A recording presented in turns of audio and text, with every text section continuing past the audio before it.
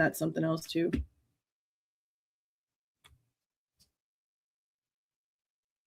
Yeah, I feel like I need to probably do like a dive. We probably need to do like a dive. Like, what's he gonna do? Ugh, be mad? Tell the next interviewer to ignore me too. That's fine. But we probably need to. We probably need to. Especially when it comes to the way that he gets his books published. I think we probably should.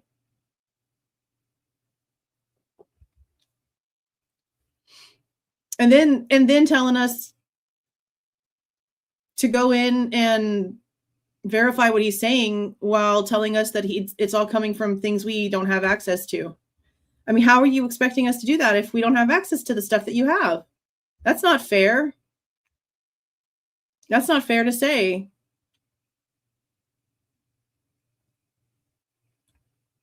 Who is Vlad?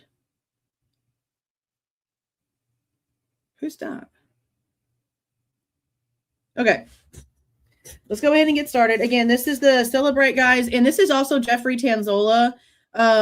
Most of you guys already heard he works for the Pennsylvania office for the FBI, I believe. But if you go into like all of the reports and stuff, like his name is on a bunch of reports for giving evidence and stuff over to the prosecution. So that's why I have it labeled the way that I have it labeled, because he's a Fed. They're Cellebrite. They were going to be giving testimony in the case. And we, like Turvey, have Tanzola's name on several documents when it comes to things.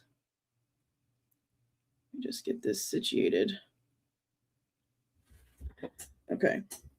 Now, again, they're going to introduce themselves. And it's just funny to me, the arrogance of the two at the end. But my name is Andrea Cavalier. I'm a senior reporter at The Independent. And I have been covering this case since the beginning and all the way through the plea deal and the sentencing. This Jeff, here in the Philly office. Why don't you go ahead and introduce yourself? Sure. Jeff Tanzola. I'm a supervisory special agent with the FBI. I am currently the lab director for the Philadelphia Regional Computer Forensic Laboratory. And I'm also a senior digital forensic examiner for the FBI. Pause. And he did it on false information. Technically false information. He did it. And honestly, this is like the last thing I'm going to mention about the book, because I want to stay like on the subject. And we'll do like a live just to talk about the book, random, whatever, maybe this weekend, we'll see. But he's doing it based off of trying to claim that it's Xana's DNA on that other edge of the table. And I noticed that when it was brought to his attention, I think it was in Birdie's live, when it was brought to his attention that it doesn't say that, that the report was revised, he looked shocked that we knew that. I think he thinks we're stupid. I really do. Like, I don't really care how that like makes people feel. I think he thinks we're stupid, because he kept saying stuff like, well, I don't even know if this stuff is out there yet. Have you guys seen it? About like the simplest shit that's been out there for years.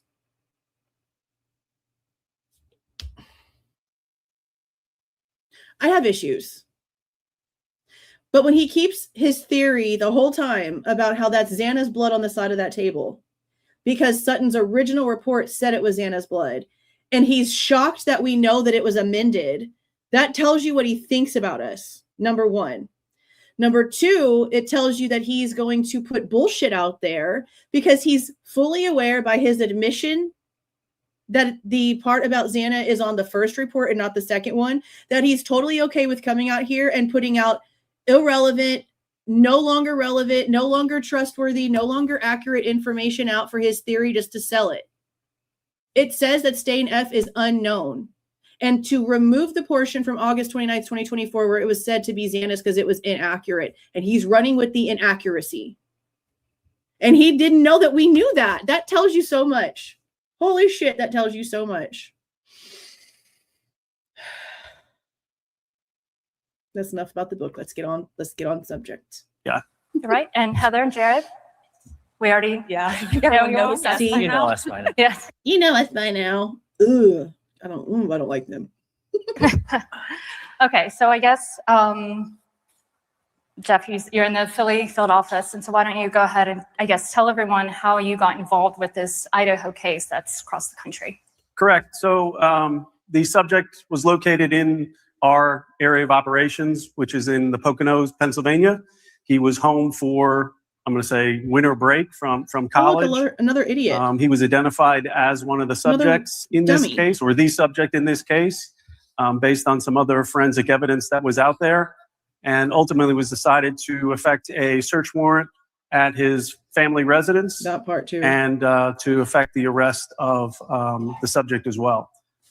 So the FBI got involved because obviously they have jurisdiction in the United States, and the Moscow police and the Idaho State Police reached out for assistance. They also reached out for the assistance of the Pennsylvania State Police. So we worked very closely with Pennsylvania State Police. And, ironically, I wasn't called into this case initially for digital forensics. I'm sure some of you in the room, sometimes digital forensics, we're one of the big keystones for evidence, but maybe we're also forgotten. So actually I was called in for the tactical operation. We weren't sure who was going to affect the arrest. Pennsylvania State Police ended up. Did we know that? Did we know that he helped in the arrest? I'm not quite sure. That's interesting. Affecting the arrest.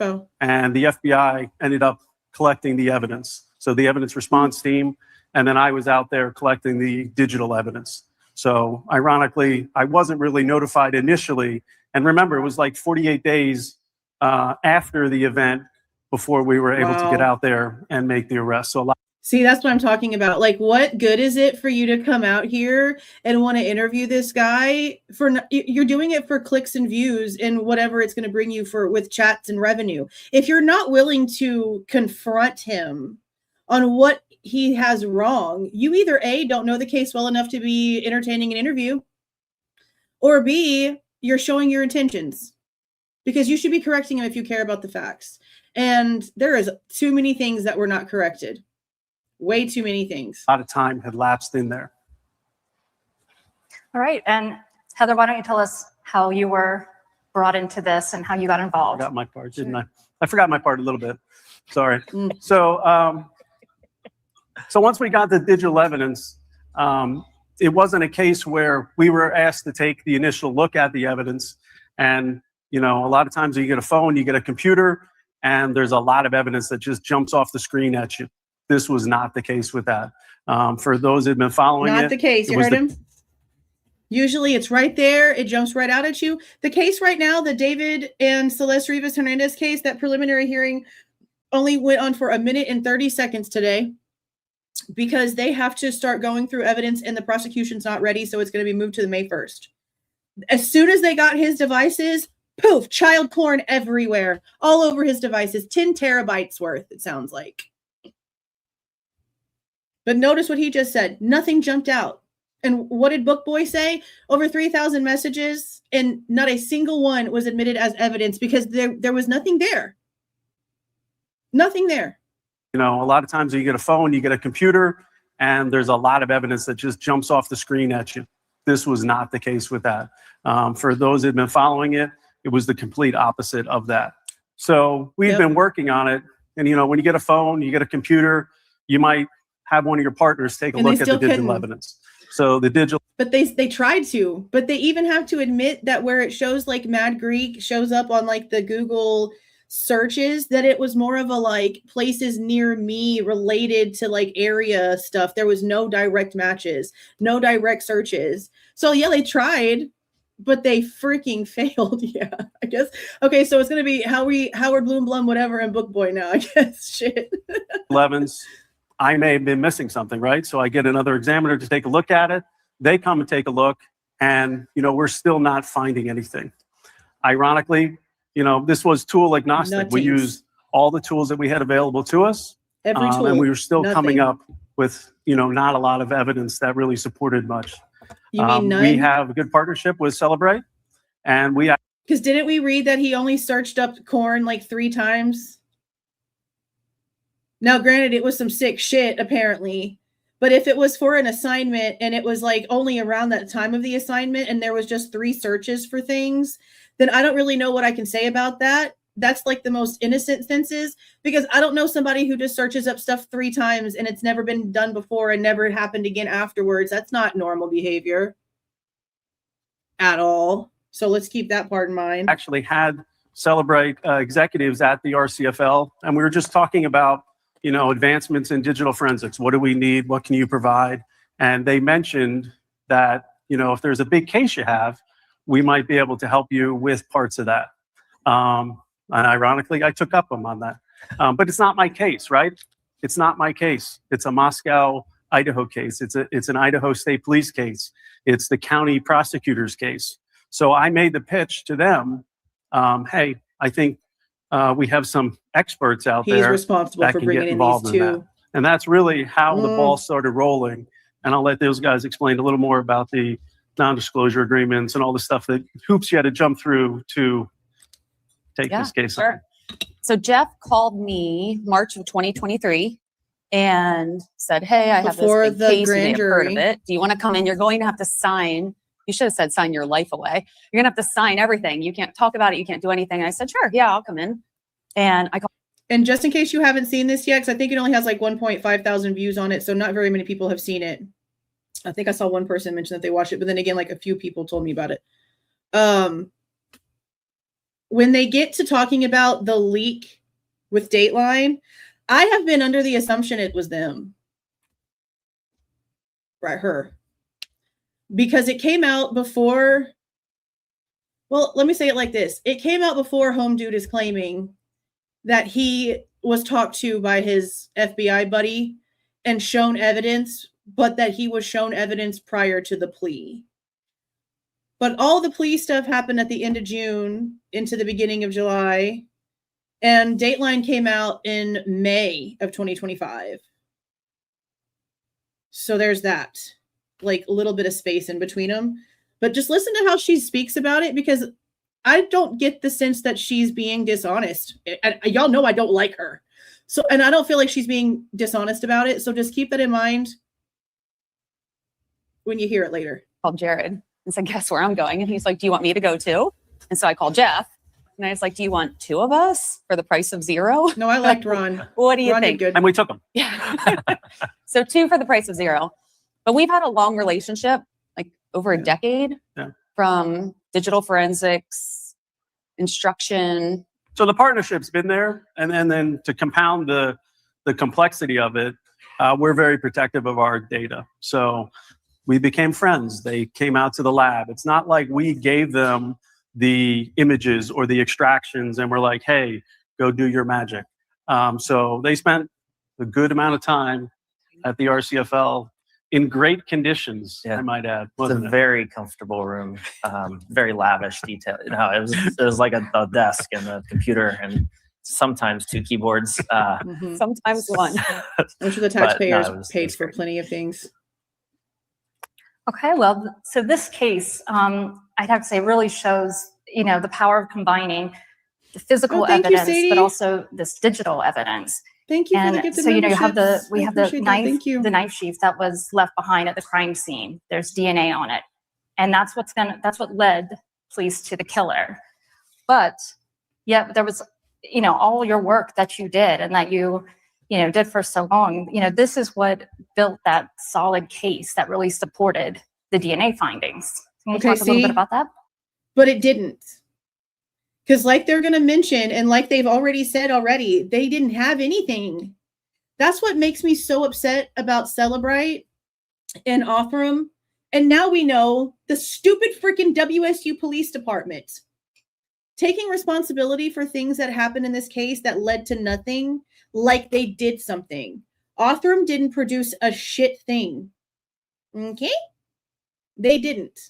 But they have the Goncalveses and the Chapins up their asses for something that they didn't accomplish anything with. They actually went way past the deadline. Home Dude says he gave them a 72-hour promise. 18 days later, they had nothing, and that's why it got taken back and given to the FBI, because Othram could not fulfill what they promised.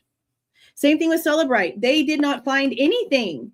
There was nothing that they found that helped support the DNA findings. So why do these people keep getting pats on the backs and awards and accolades for stuff they didn't do? They didn't do anything. What you mean? That's one of my major frustrations with this. And again, we realized when WSU released some information that as soon as the PCA came out and had those two police officers given information about the 1129 car thing that literally was never sent in as a tip. Never sent in as a tip. Never led to shit. at all. Jenkins is like, to the entire police department, well, I know you guys probably saw what the PCA said. Congratulations and good job. We're so blah, blah, blah, blah, blah. It didn't lead to anything. Nothing happened. What do you mean? It's like I've mentioned before, this is like a version of stolen valor, because you're taking accreditation and honor for something that you didn't do. With a smile on your face. With a smile on your face. I don't like it. I don't like it at all. Thank you for the $4.99, Katie. Oh, you too, Green Girl. Thank you for the $4.99. Yeah, I don't like it. And the fact that they go on these tours and they talk about how great their work was when it didn't answer any questions. And it's just widely accepted. Like, that's how I know I was born in the wrong reality. Like, I just had to have been. Yeah, for me, I touched on a little bit. It was the lack of evidence that I was able to find on the phone. We processed it, we parsed it out, we were looking at it. And again, a lot of time had passed, 48 days had passed. But you'd still think you'd be able to find remnants on that phone or his computer. But that really wasn't there. Nothing was really jumping off the screen.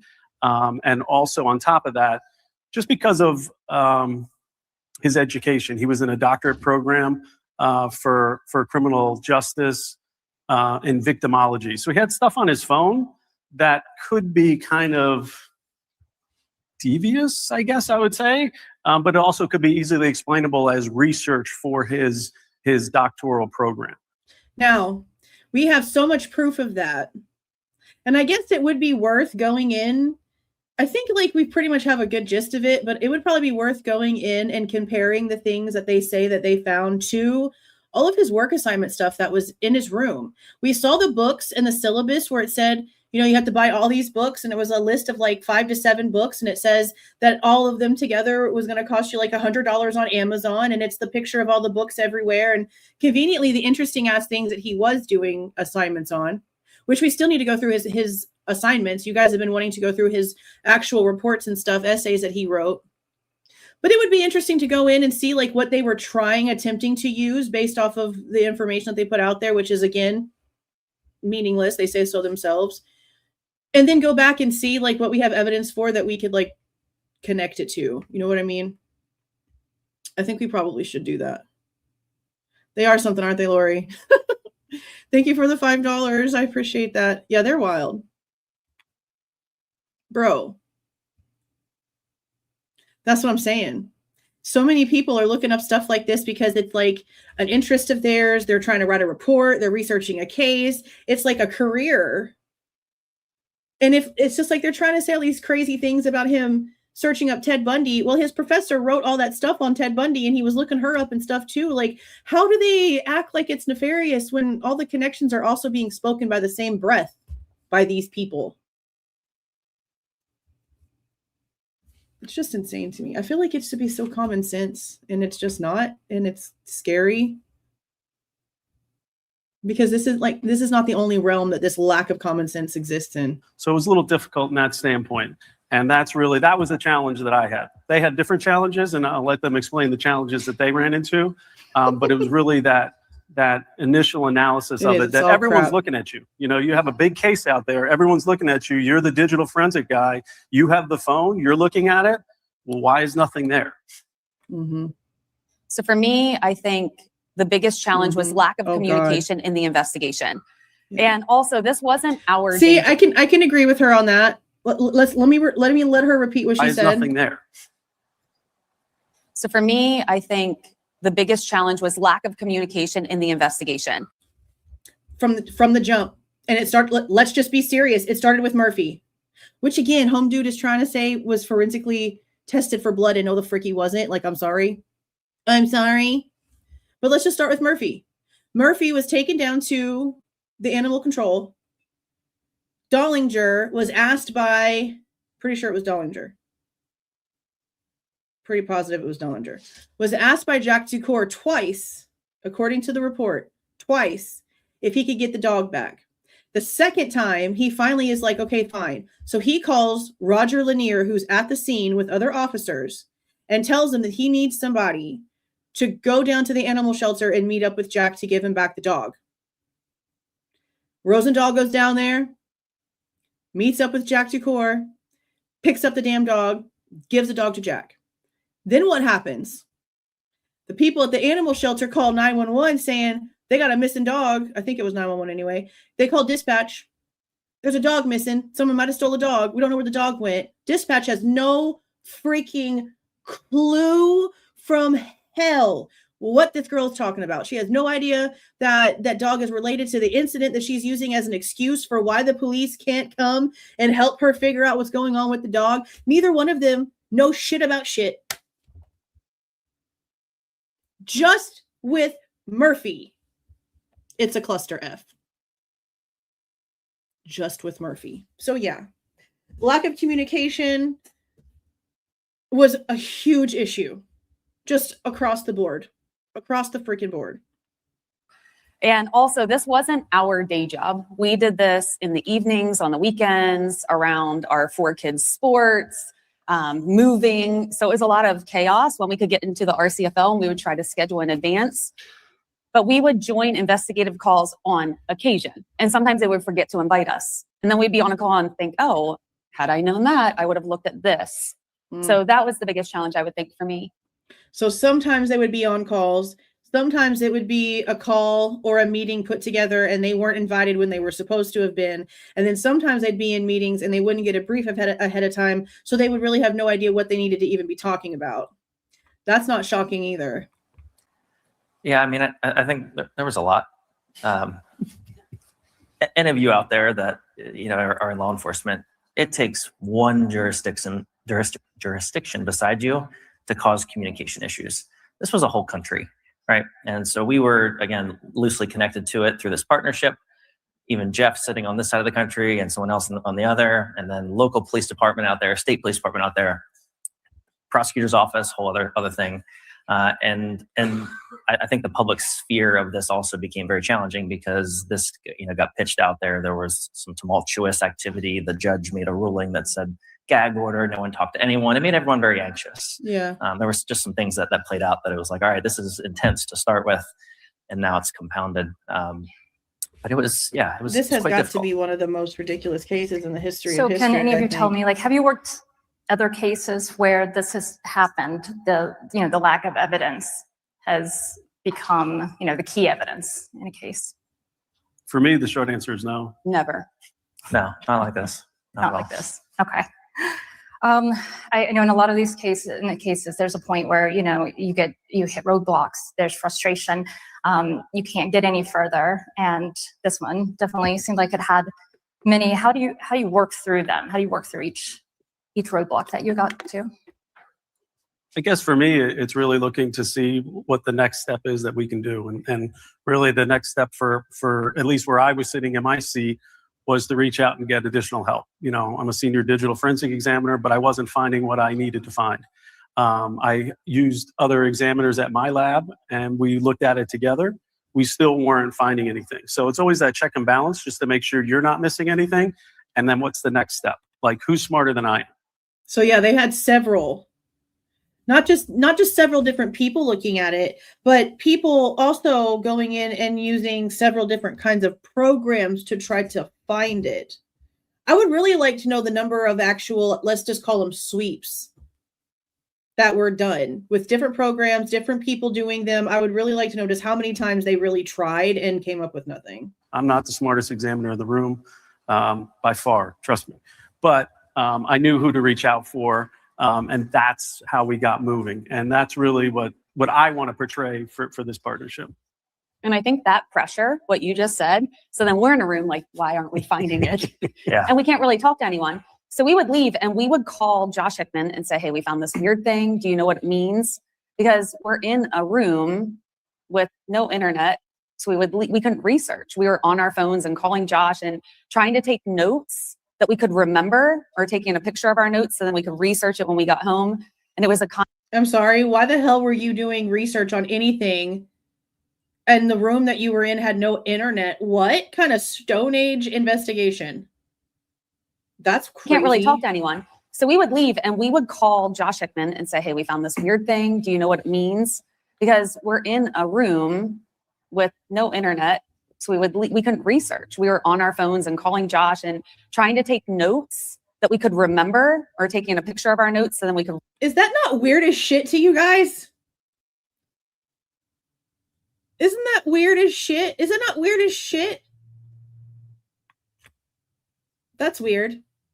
This is Jeffrey Tanzola, who works for the FBI office in Philadelphia, that worked on the case and helped in the arrest and helped with digital forensics. And then this is Cellebrite, who also helped with the digital forensics. Yeah, that's weird. Why the hell would you be somewhere with no freaking internet?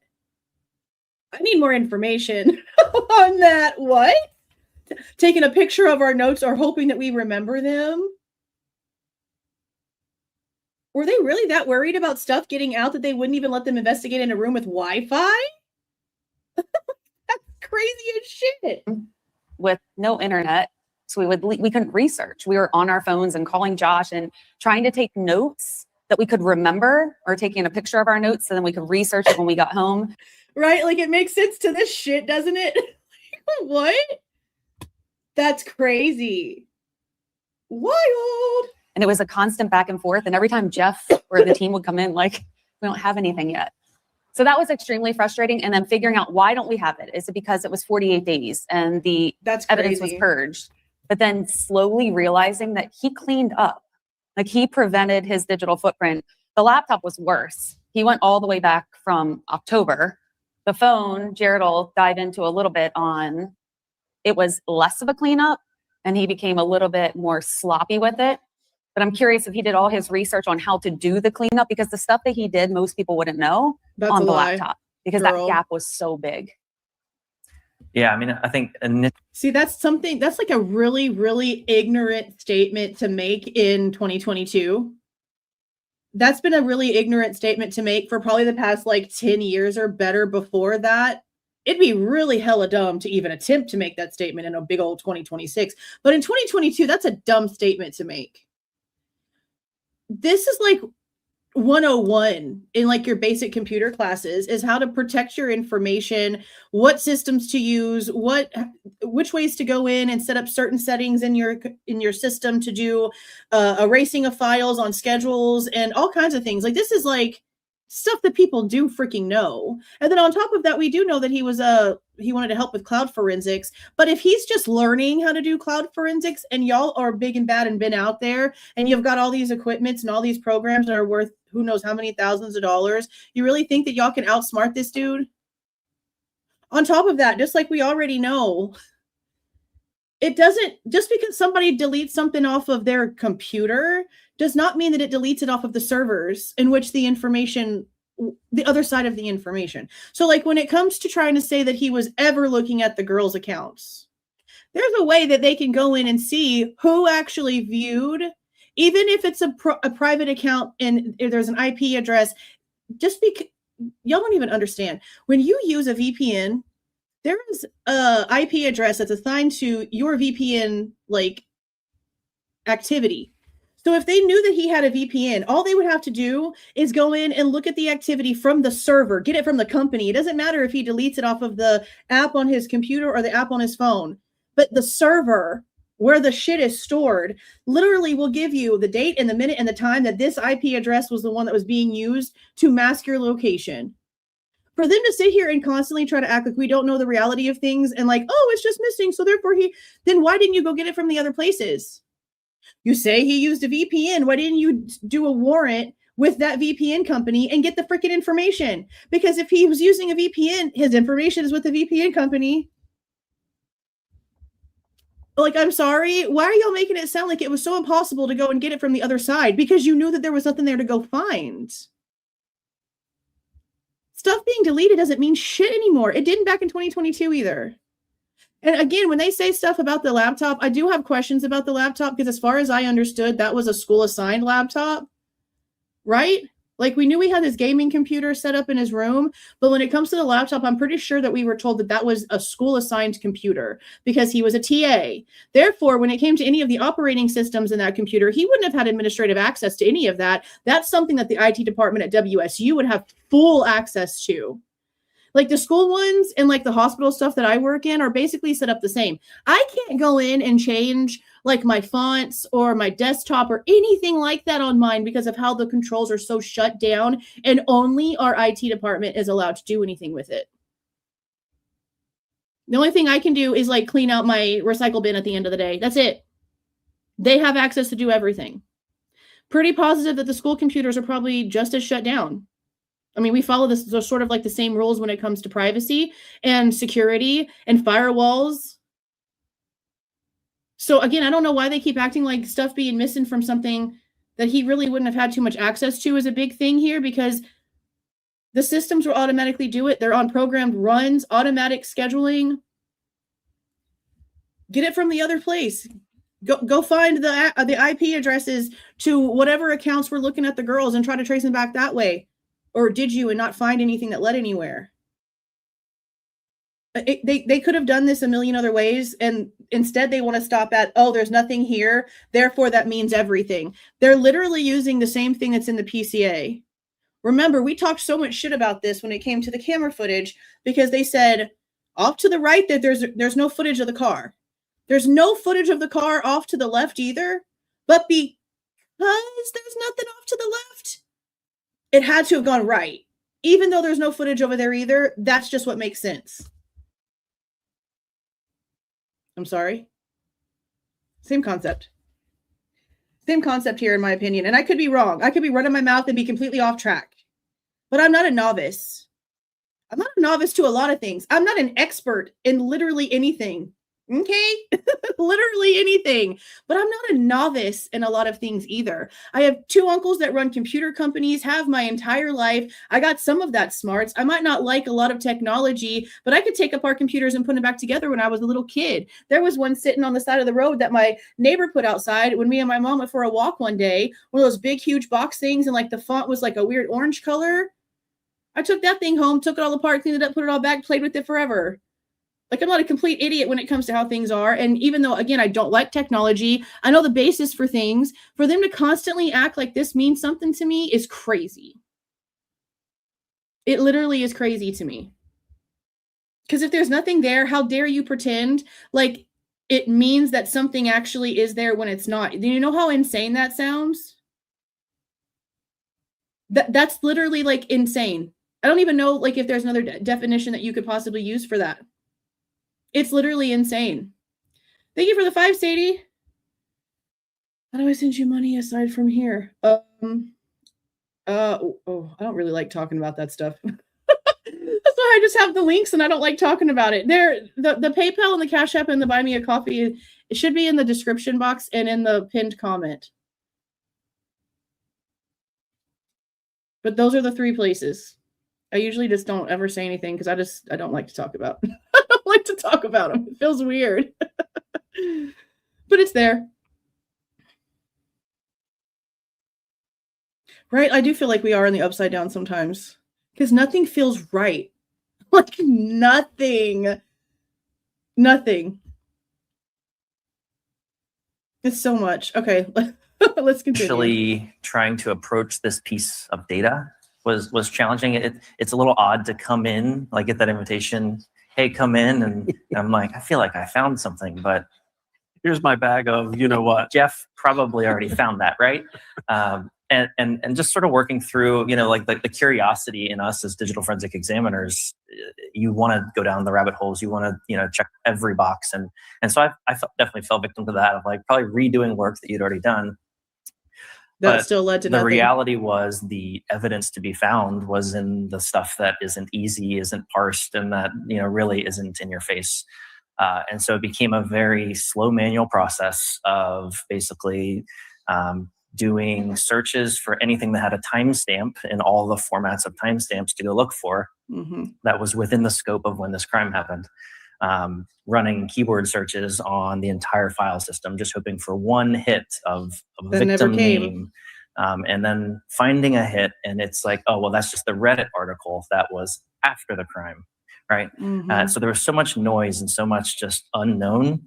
And remember what they said, that he didn't even Google the crime for the first time until November the 16th, which also was the exact same day of the first press conference. But also remember, he was a TA, and WSU was getting alerts and stuff sent to them and all kinds of stuff just as much as U of I was. So like, he knew it was going on, but he didn't bother to like look into it or see what anybody was talking about or anything like that. He didn't even look it up until the 16th. That's important. Meant looking at a whole lot of not the. And the reason, this just came back to me, the reason why it's important is because Steve Goncalves tried to tell the world, this is another lie of his that like just came back into my brain, that we need to add to the damn list of shit that we need to talk about in full per video, because that's what we've been doing, is debunking the dumb shit. He said to national freaking TV that he knew for a fact that Kohberger searched up the crimes before the 911 call was made. Whole time it was 3 days later. Something that he will never take back. Not the smoking gun that we were looking for. And the only thing I would add to the group here is the flashlight was there. Like, if you looked at it in the timeline, his normal activity, and then, oh, absolutely no activity. That's exactly for a certain time frame. Obviously, the time frame around the homicide, and then activity again. So there was that beacon of, we need to look at this, but it was that deep dive that. Yeah. So when it comes to, see, and that's the part that's so crazy to me, because coincidences happen, but this is also like, it is interesting that this is how it ends up being. And hopefully we can get some sort of information when it comes to Bryan Kohberger's phone activity that actually shows that he went that direction, because Book Boy was asked that and he refused to really answer the question. The only way that well, I can't really say that. Yes, I can actually, because he was asked a very specific question about if he saw proof that he actually went over to the Wallaway Park area. And instead of like straight up answering yes or no, he basically was just like reiterating what the book already said about how there was no evidence of what the state was trying to say. But that doesn't answer if like you saw the activity on his phone proving he went towards the park. But we know that when you go towards the park that you lose service. We had people that are YouTubers drive out there. And I always bring up that one younger correspondent with, what's his face? Como? Is it Como? No. Pterodactyl dude. What's his name? Oh my God. What is his name? Vinnie Politan. Holy shit. Okay. The young guy that he had working with him back in 2022 went down there, and he had some footage playing at first where it like shows where he drove out there towards the park. But then he straight up says on the news that he had to turn around and come back in order to be able to even get service and upload anything or contact them again before the show, because there was no service out there. So that's why it's crazy, because at the time that all this stuff was going on, his story is that he's in this area and there's already been people that have no skin in the game going that way and being like, I had no service. Some of them went live, went out there, lost service. And what were we told by Gilter camps? That the cell phone signal is going to try to reach anywhere that it possibly can, no matter the direction it has to go, because it in itself is not directional. You could be going north, but your phone cannot attach to a tower in that direction, so it goes east or it goes south and puts you like you turned around, and that's not true. That's why a lot of phone pings are like really not counted anymore, because there's so many false ones, which is crazy, because why is the technology not more precise in 2026? Because that's still like, that's the big situation now. Even DNA, something that should be a big definite, is not. It's getting laughed out of courts left and right. The military won't even use, what is it, transfer DNA, trace DNA, anything like that. They won't even bother with it in a criminal court case. There's so many freaking just insane things here with this. That you needed to do that just doesn't come out, which is general regular parsing. Yeah, maybe let me just take that one step further. When we showed up, Jeff handed us a piece of paper. It wasn't like we had to figure out where this time frame was. Beautiful. It was the CAS team. So they do the mapping, the cellular mapping for the FBI. They had looked through his historical records and tried to pick out any time where his phone had a dead period, no activity for at least the same amount of time as when it was powered off on this night. And so we had 4 different time periods to sort of go look at. But was it actually, that's another thing that I want, is for them to drop the analytical report that shows that it was actually powered off. Because there's a huge difference between being powered off and being in an area where there's no signal for it to do anything. And just because he didn't make a phone call or send a text message doesn't mean that the phone was completely off. It just meant that nothing was happening on it. And we've yet to see that. We have yet to see that. Then was obviously when the homicides had occurred. So we didn't have to figure that part out. It was like this minute to that minute. And we had to figure out the things around it. And think about when you said normal activity, he was not normal. He had 16 contacts. I think 18 total. I have 12. One of them is the victim's advocacy office. My dad, my sister, my daughter, my son. I have 12. Am I not normal? Is that a problem for you too? You see how they try to be just like News Nation? Around it. And think about when you said normal activity, Mm-hmm. he was not normal. He had 16 contacts. I think 18 total. One was like AT&T, Mm-hmm. And customer service, maintenance. Right. So he did not have friends. He did not chat with people. He had hour-long conversations with his parents. So it also felt weird on where it. Me and Ariel do that. Me and my dad do that.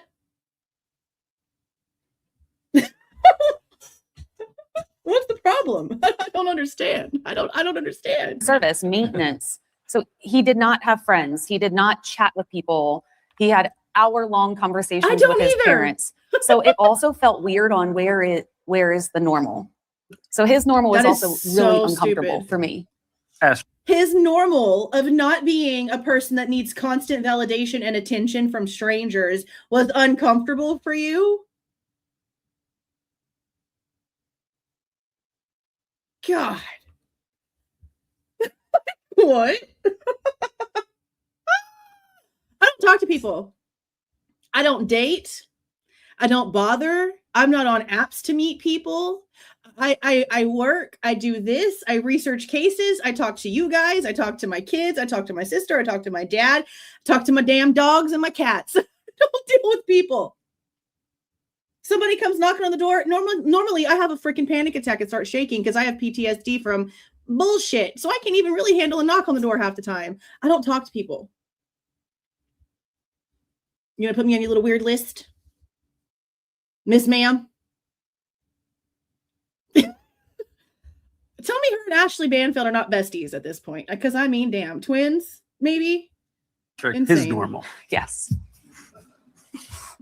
So with all this information, right? Oh my God, you like his parents. How horrible. His, in the evidence and in the digital trail. Was there like one specific moment? Was there an aha moment? Or was it just like a series of, little moments that finally came together? I want that. What really clicked? The reports. I think it was little moments that kind of came together. His hard drive was glaringly absent. And for me, that was weird. So then I had to walk myself through, okay, how do I teach people? See, and what was he doing? He was in school, so he was going to classes and he was doing work, and he was also a TA, so he was grading.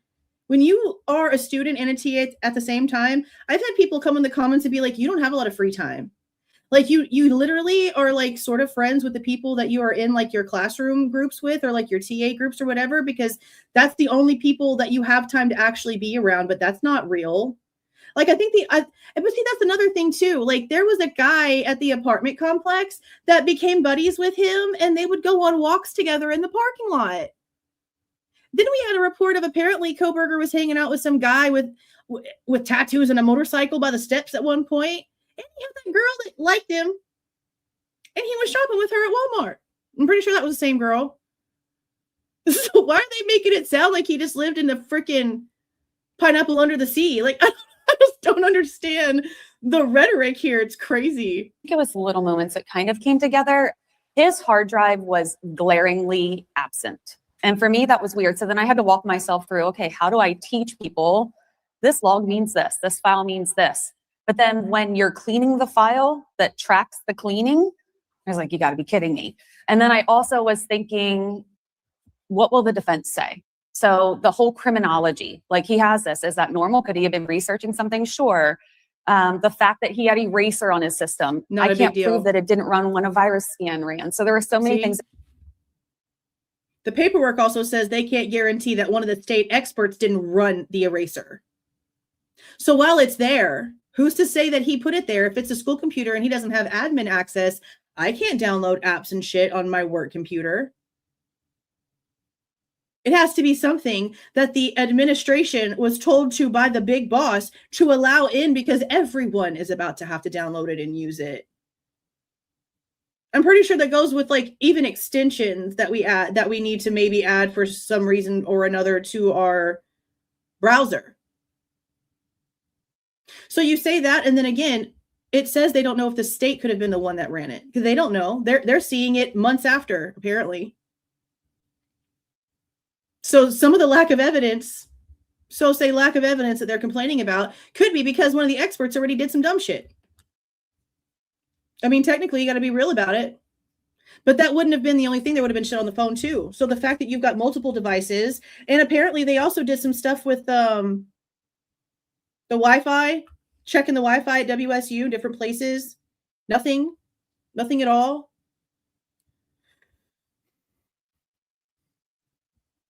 This case is so freaking annoying. So annoying. That just gave me doubt. But I think all of that cleanup, what are you hiding? That was the biggest thing for me. Yeah, I agree. Yo mama. Yeah, so Dumb. for the Android, it was, I don't know, it was a slow process for sure. And I know Josh Hickman was mentioned in the thing. Josh, where are you at? He's hiding. Or he's Wave your hand. Where is he? There he Don't is. blame him. That guy needs a ton of credit. Actually, let's give Josh a round of applause. And actually, when I got the Google Drive from them with all those selfies and things in it, I again asked them, and now it's been twice because I've went back to the email thread. I guess it's been a little bit over a month now since the last time I tried to get a hold of them. But I specifically asked if there was anything that they had besides the selfies, and I never got a response. What I want is the data. I want the data. I want the report that shows all of this information so that we could look at it ourselves and interpret what it actually says and not this bullshit that they're coming up with. Cool, they might be experts and stuff, but whenever they're telling us that there's nothing there and they're making it sound like that's a big deal, I just want to see it for myself, ma'am. I just want you to be quiet. But I want the report to show me if it was powered off, if it lost battery, or if it lost signal. Like, I want that data. That information is so beyond the only important thing that matters here. Just like the Amazon receipt, I don't think that anybody, tell me if you guys can remember, because I don't remember. I feel like it was talked about in one of the chats, but I don't think it was ever asked. Did any one of the interviews ever ask the Chris guy if he saw the Amazon receipt? Anybody know if that was asked? I don't remember if that was asked. But I would like to know if that's something that he's claiming to have seen too, because we've been asking for that for forever. It didn't get asked. How would you not ask that damn question? That's crazy. Do what? Yeah, we can see you. Yeah, never asked. See, that's important. Maybe somebody will eventually.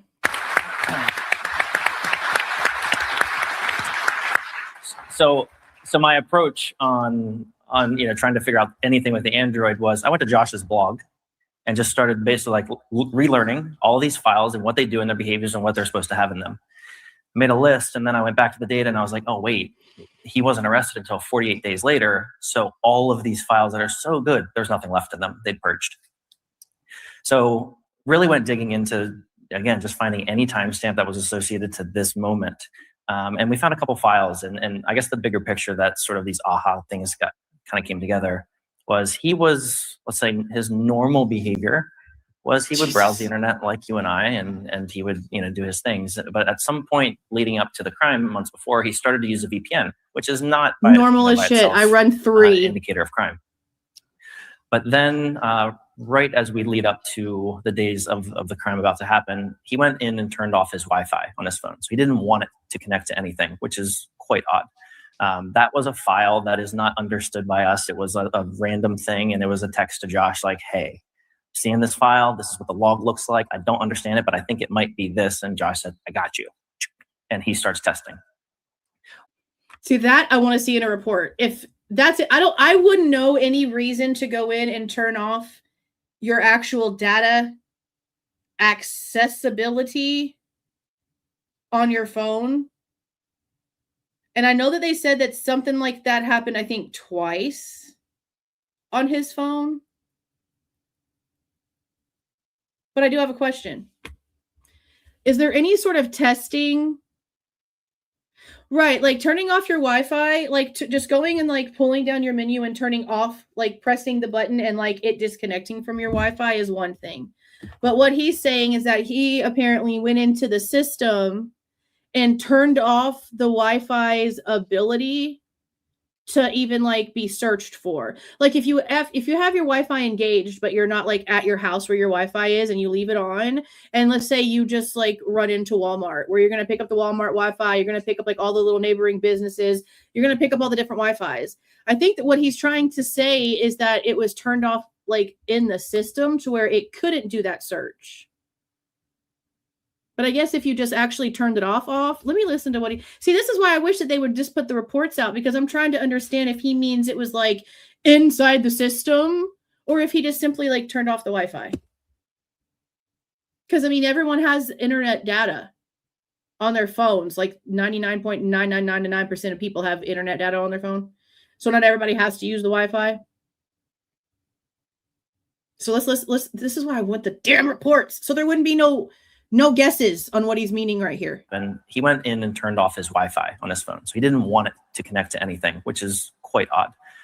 That was a file that is not understood by us. It was a random thing, and it was a text to Josh like, hey, the button or what? Seeing this file, this is what the log looks like. I don't understand it, but I think it might be this. And Josh said, I got you. And he starts testing. One of the very fortunate things in this case was Heather had the exact phone model on the same carrier that BK had. So then we were able to do additional testing on these things and become. That's what I'm saying. So see, yeah. Like I have VPNs on my phone. So like I'll use like my house Wi-Fi on my phone. Oh, 1 second.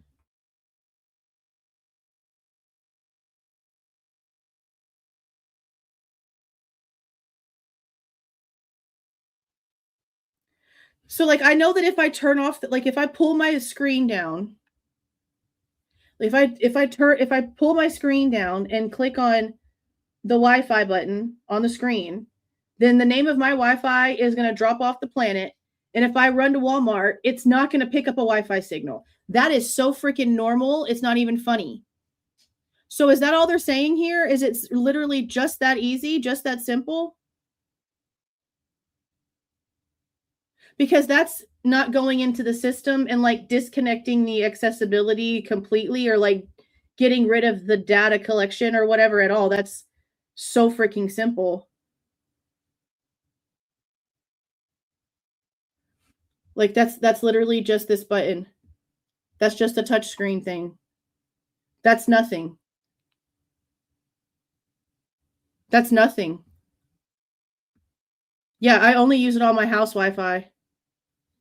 So if they don't have any analytical proof that he went deep down into these like system settings to turn off the Wi-Fi, then this is normal.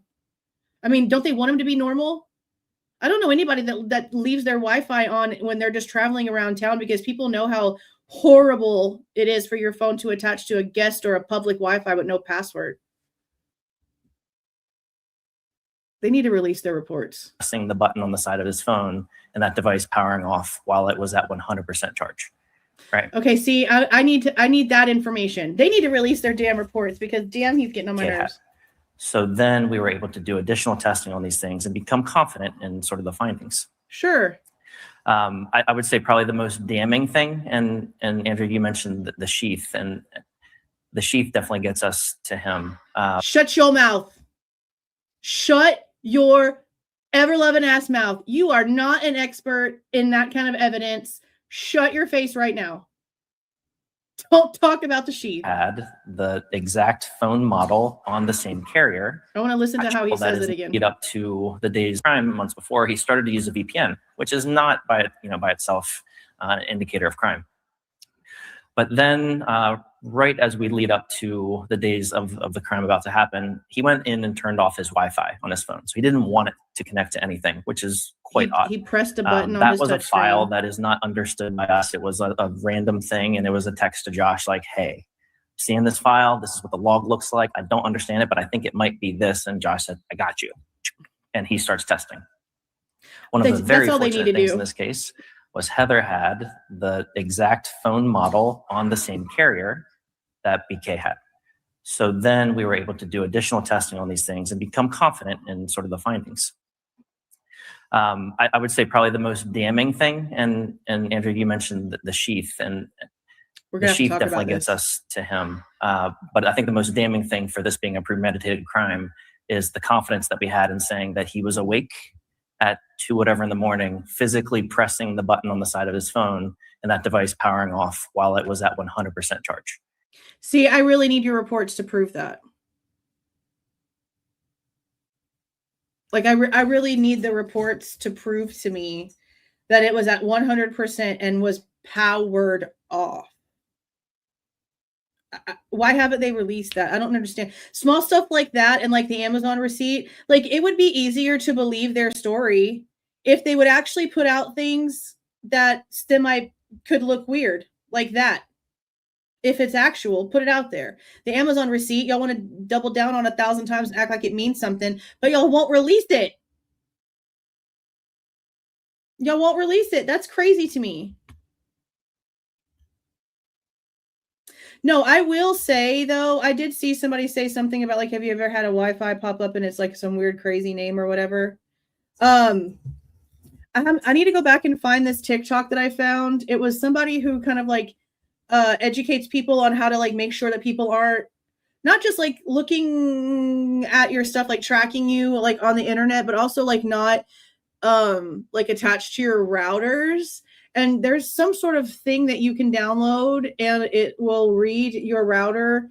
And a lot of people that were in the comments said that they did find like weird things connected to them. It was basically somebody who's teaching people that have been in DV situations how to be like really careful, because people have access to things that they can just put like near your house or come by your house and like get access to certain stuff. It's that kind of like TikTok account.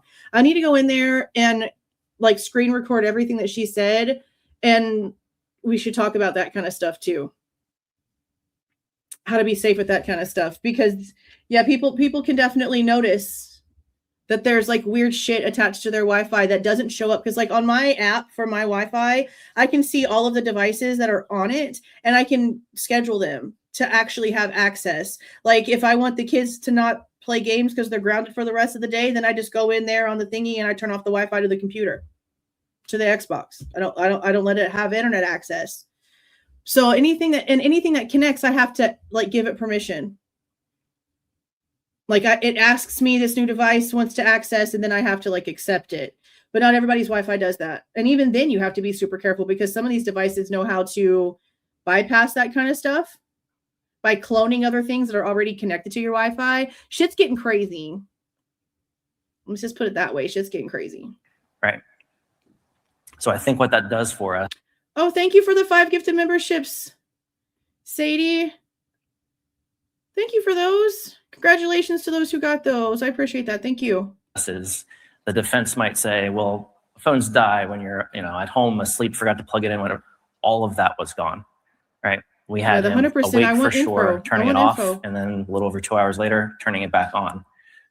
When he turned it back on, we'd found another file that sort of does a, am I near Wi-Fi? Am I near Wi-Fi? And then he wasn't near any known Wi-Fi.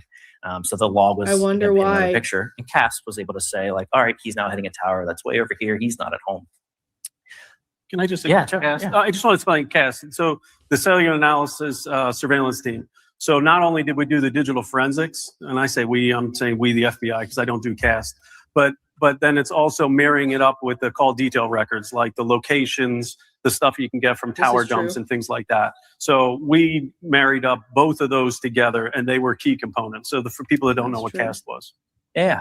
And so you saw this pattern of life that changed leading up to the crimes. And then on the other side of it, now that he's committed the crimes and is settling in and hyper-focused on all of the news and everything that's happening, the news you saw him stop using the incognito mode that he had started using. You see him stop using the VPN. He goes back to his normal. He didn't mention anything about incognito mode earlier. He only mentioned the VPN. But everybody knows incognito mode is not incognito mode. They literally just got sued. Google just got sued because their incognito mode still tracked everybody's information. Let's keep that part in mind. Hyper-focused on all of the news and everything that's happening. You saw him stop using the incognito mode that he had started using. You see him stop using the VPN. He goes back to his normal, which I think is pretty... But what is his normal? Let's be serious right now. Let's really talk about what the normal is. They're talking about a phone that he just got in, June or July? Like, he just got that phone right before he moved to Pullman. So then he says that he's looking at stuff all the way to, October? So you've only got, 2 months of some sort of pattern that you can think that you can look at with a guy that has a brand new device, is in a brand new area, has a brand new schedule. How can you figure out a behavioral pattern in the middle of all of that? How do you know what's normal based on that? I don't understand how they can call it that.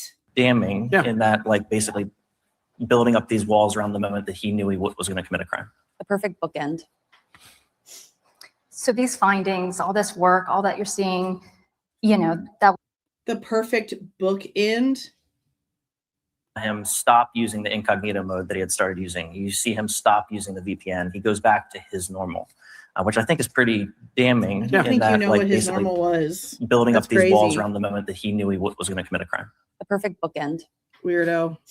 Weird statement. So these findings, all this work, all that you're seeing, findings that would have been presented at trial had there been one, and it could have led to a jury convicting him. We would love for this to go to trial. We want nothing more than for this to actually end up in some sort of courtroom somewhere eventually, and everything have to be put on the table for real. I would drop everything to be there in court every damn day if that was the case. Not even a joke. I would do something to make sure that I was there every freaking day if this ever went to court. So freaking serious. But as we know, it ended, he took a plea deal. And so I guess, how do you feel about your work ending in this resolution with his plea deal? Want to go first, Jeff? Go ahead. I didn't want to, but I will. Yeah, I mean, it's kind of bittersweet. I mean, I think ultimately we want to see the subjects being held accountable for their crimes. I'm confident that was the subject.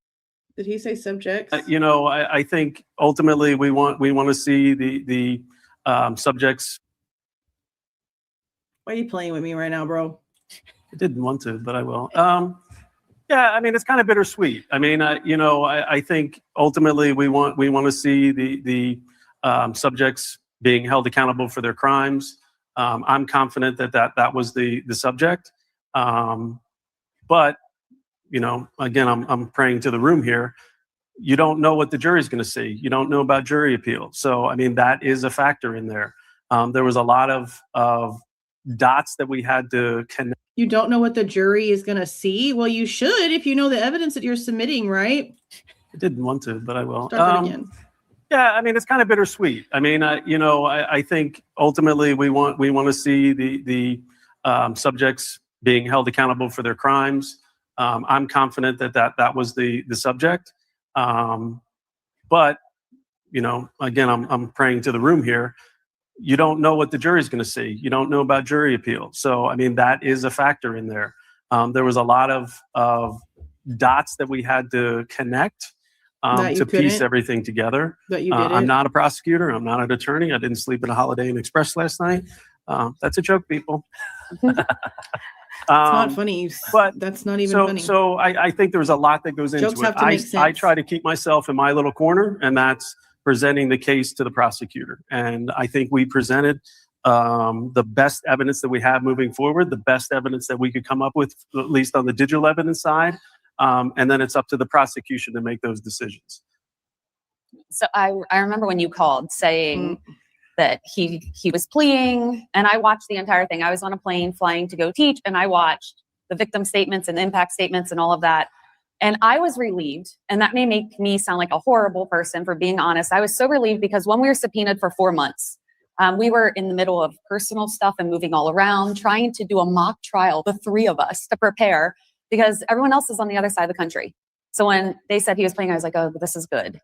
And then I don't have to do my job. Reached out, or Kaylee's family reached out to me, and I actually thought it was spam. I was like, there's no way someone sent a message to me. Of effing freaking course they did.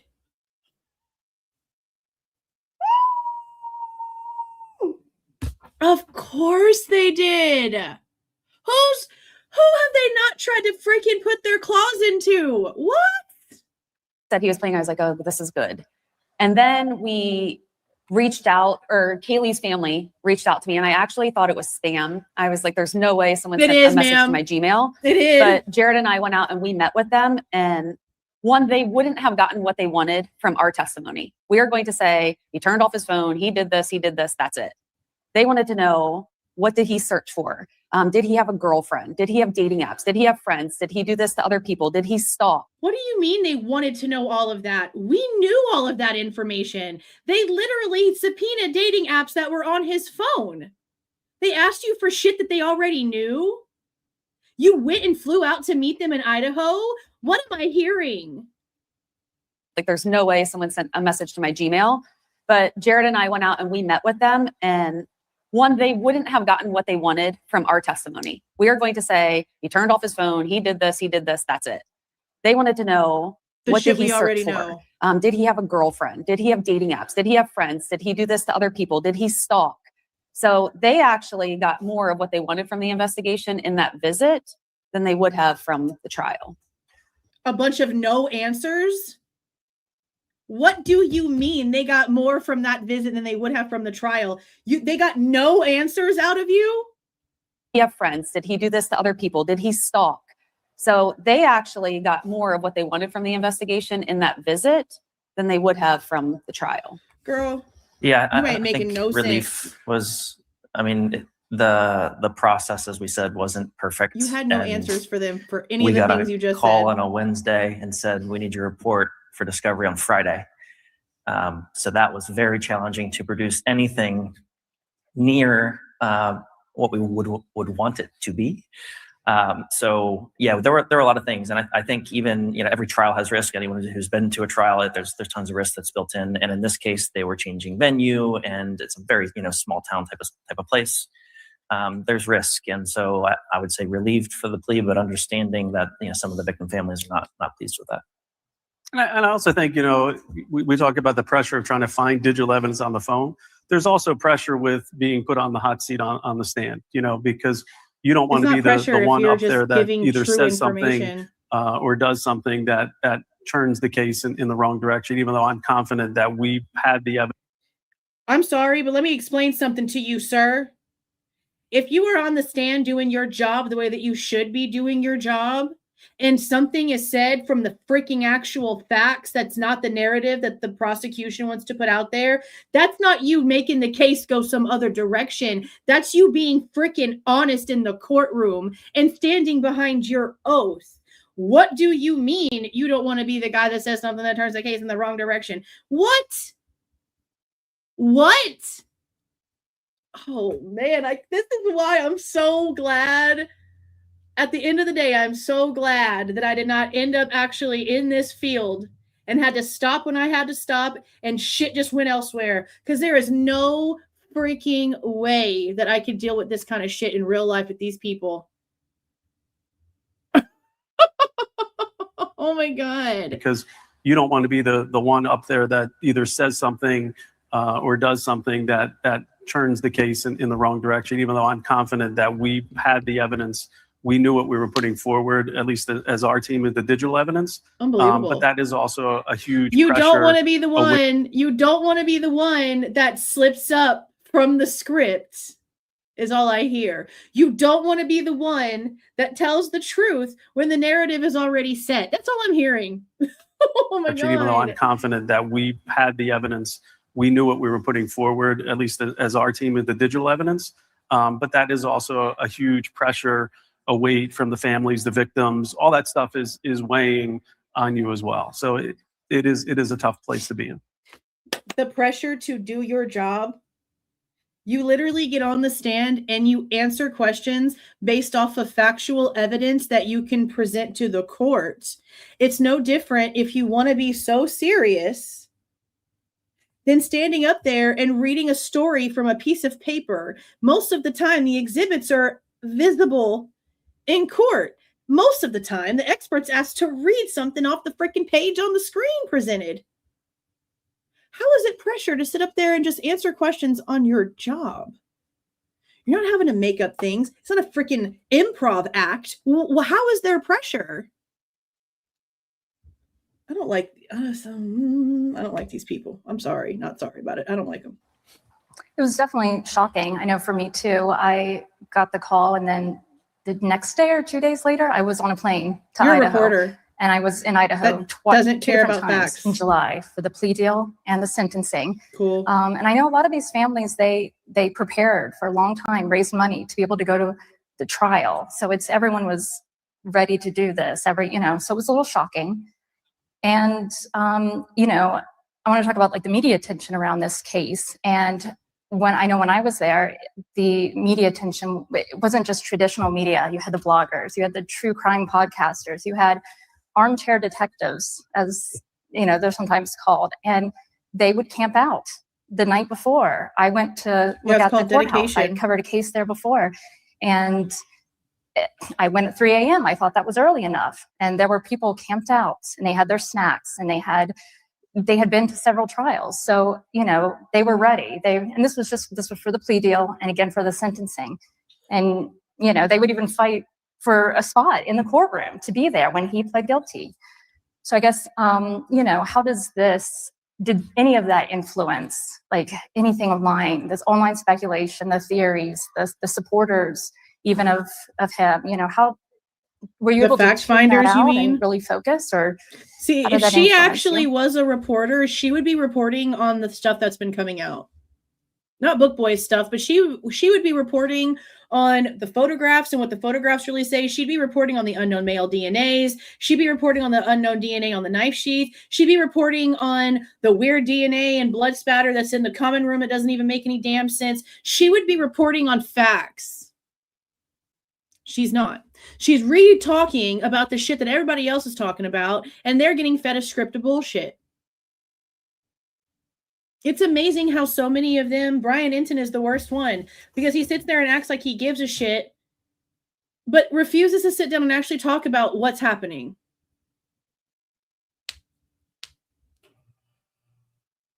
I just feel like if she really cared about this case, then instead of sitting on this summit and acting like she's something important because she's a journalist for some newspaper, she could be out there actually looking at the real evidence, giving a shit about what she's actually supposed to stand for. And I don't see that. I don't see any of them doing that. I would say for me, I'm pretty easy because I wasn't on social media at the time. I only came out on LinkedIn just a few months ago because I'm eligible to retire. So anybody out there, I'm on LinkedIn now. So it was easier for me. I'm not on social media. I don't watch the news that often. Yeah, they all say we that. were certainly separated by distance. I mean, it was obviously national news. But for me specifically, it was pretty easy to tune out. I did have other examiners come in and give me tidbits and stuff. But for me specifically, I kind of live in a hole. So not you guys.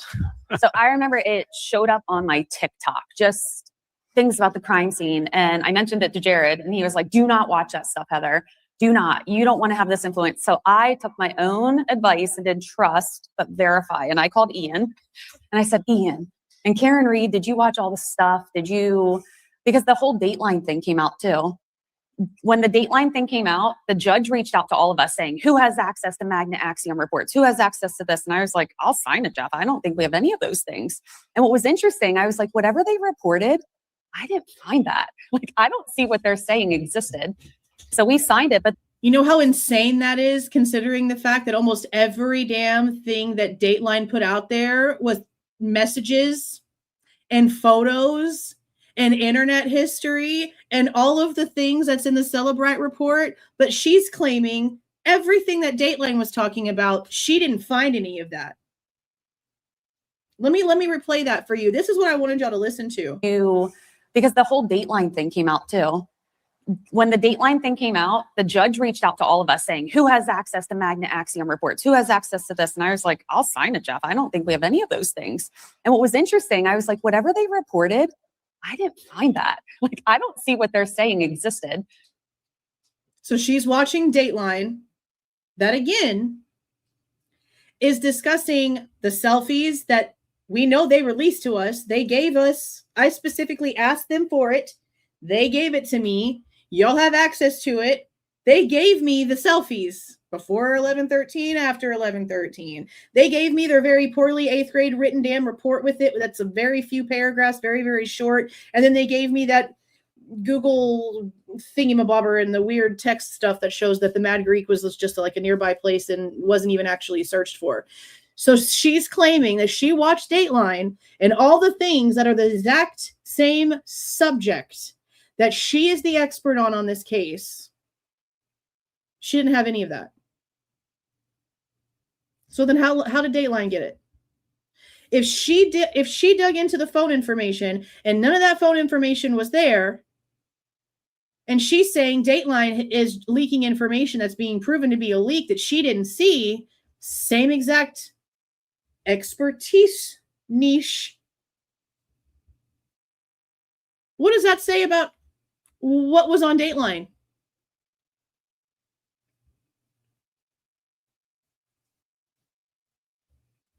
Yeah, I know that she could be lying, and I don't like her, but I'm just telling you that when I heard her say all of this, I didn't get the vibe that she was lying, and I don't like this woman. If I felt like she was lying, I'd be yelling about it, but I don't think that she's lying, which is what makes it worse. Watch all the stuff. Because the whole Dateline thing came out too. When the Dateline thing came out, the judge reached out to all of us saying, who has access to Magna Axiom reports? Who has access to this? And I was like, I'll sign it, Jeff. I don't think we have any of those things. And what was interesting, I was like, whatever they reported, I didn't find that. Like, I don't see what they're saying existed. So we signed it, but then it was this other fear of someone leaked to the media. And it was another fear tactic on the pressure. So stay away from the media, don't watch anything. Yeah, but if she's claiming that it's all a bunch of stuff that she hasn't seen, is it really a leak, or is somebody fabricating bullshit and selling it off to Dateline as a leak? Because we still haven't had any answers about that investigation, and it's been almost a year. We're literally at the end of April. The damn thing came out in May 2025.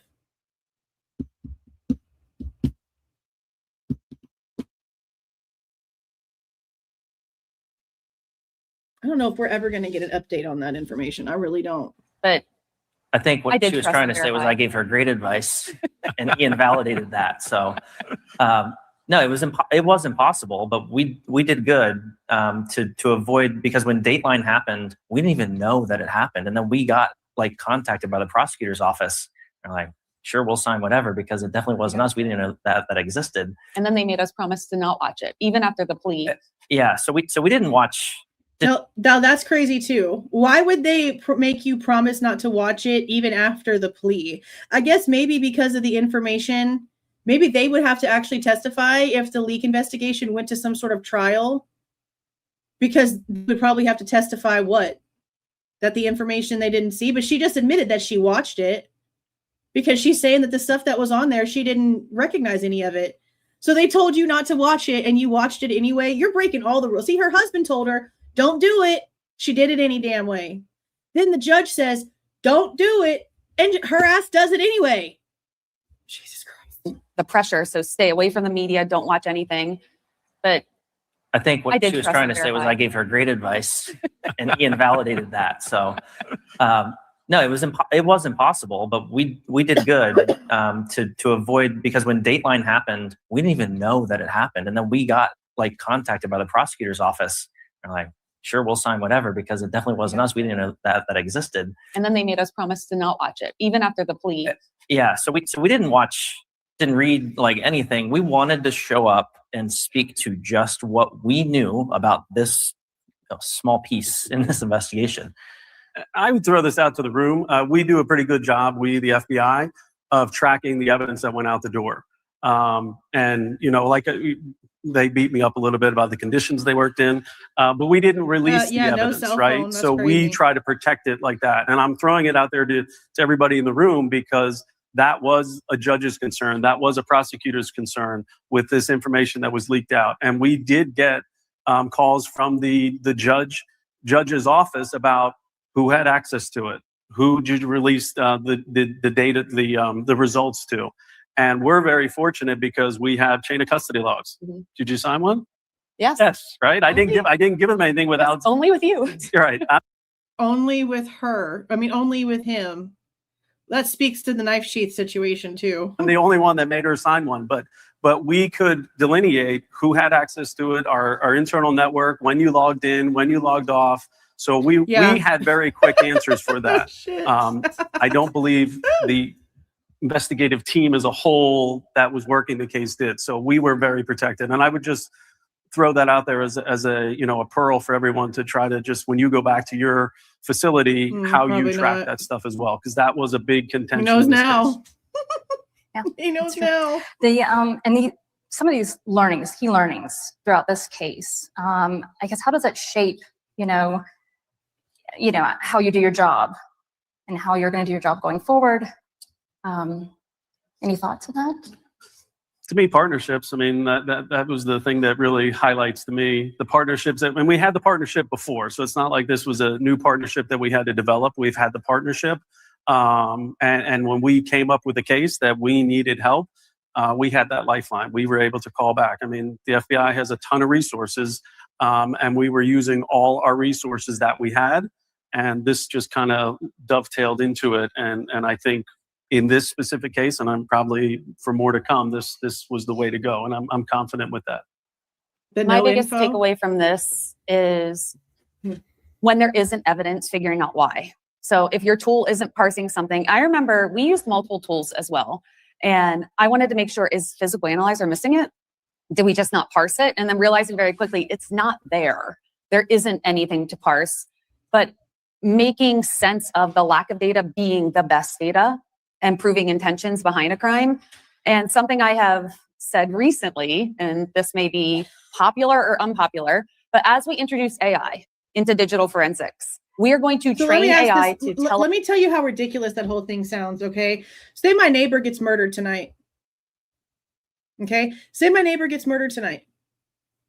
And for some reason, I get started like being asked questions. Something about the fact that I'm a true crimer, and I talk about cases all the time, and I have a degree in criminal forensics, and all this other bullshit starts getting brought up, and I look up crime scenes, and all these things freaking happen. Are they gonna say that because I didn't search up this guy's name, that because I didn't search up anything about how to kill anybody a certain way, that the person was killed, because of all of the lack of everything, that I'm actually the one that did it, simply because there's nothing there, because I'm so good at being able to hide it, simply because I'm a true crime person that only talks to a handful of people, that stays secluded, that doesn't deal with people. You see how ridiculous it sounds? That's what they're claiming here. That because there was nothing there at all, it proves the intention behind the emptiness. So if I go out and do something stupid, or actually not. Like, it could be that somebody does something stupid to the neighbor next door, but I'm the one that they're looking at because I'm the weirdo. I'm the one who doesn't go out and talk to people across the street. I'm the one who stays to myself, goes to my garage, does what I need to do, goes into my yard. I don't talk to people. I don't have people that come over. I don't go visit people. I do true crime. I have a degree. We stay to ourselves. I'll be the weirdo if the guy next door dies. But and even though I won't be looking up anything, they can't show that I ever left my house with all my cameras everywhere. Somehow, miraculously, because I'm the weirdo with 8 contacts that doesn't talk to nobody, I'm the one that did it. Same concept. Same concept. A jury would have seen this and laughed at them. I think they know that. So that's another reason I don't understand why they can sit here with so much confidence and speak on this as if they actually did something worthwhile here, because they didn't present anything that led to anything. And Bill Thompson said that in court. They had nothing. They had nothing.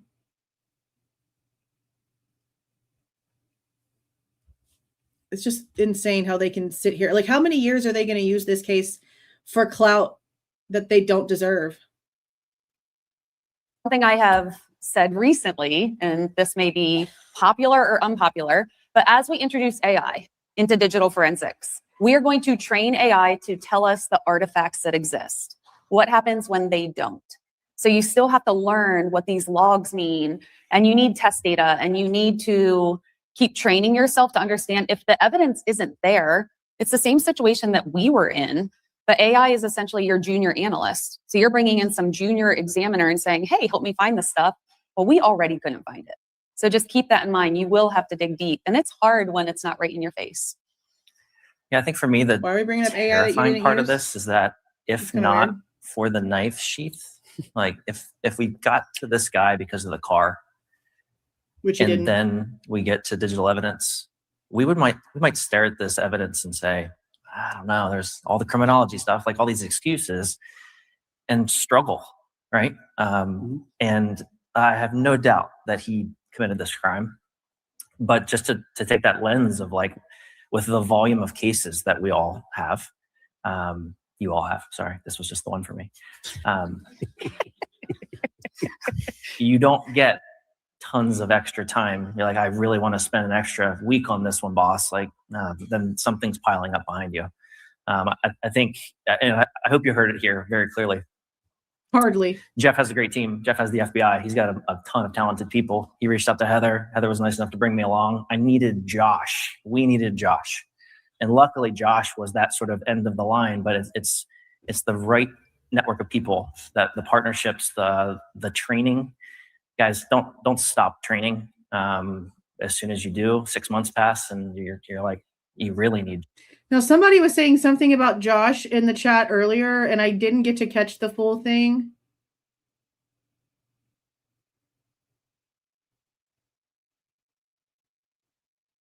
Yes. I sure do know about that case. There is a streamer who scheduled a live, but it was actually a pre-recorded live,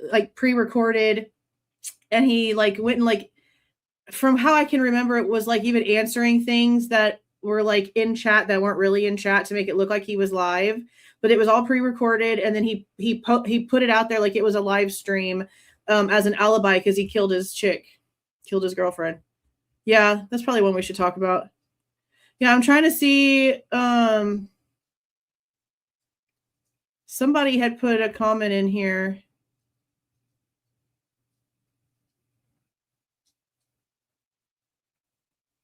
About Josh. And the chat went and I lost it.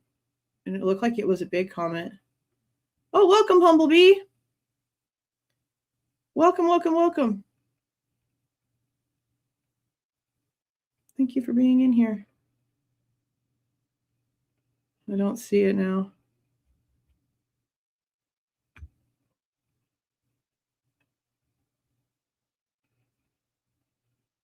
Somebody said something about Josh. Josh, you need him a lot. I'll have to go back and look. But no, surround yourself with smart people, challenge yourself, because you never know when something like this falls in your lap where you might make the wrong assessment. And in this case, that could have been very easily done. And if you look at the 2023 data set from the CTF, you have Bryan's test device. Right there. Okay. So Sharon. Okay. Josh Hickman, which is who they're talking about, did the work, not the Barnhart couple. They broke the NDA with him. So you're saying that because they're kind of admitting like they had to have him help him.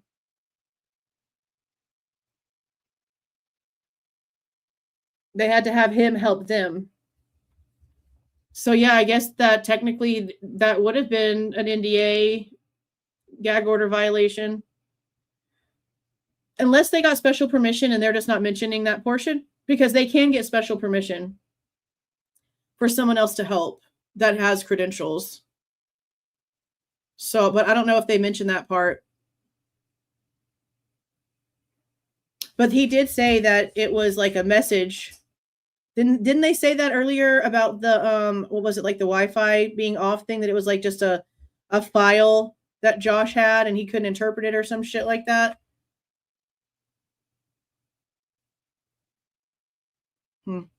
Yeah, it does seem that way, doesn't it? It's interesting. Thank you for the $9.99, Kim. Is there another movie or story coming out soon? See, I don't know.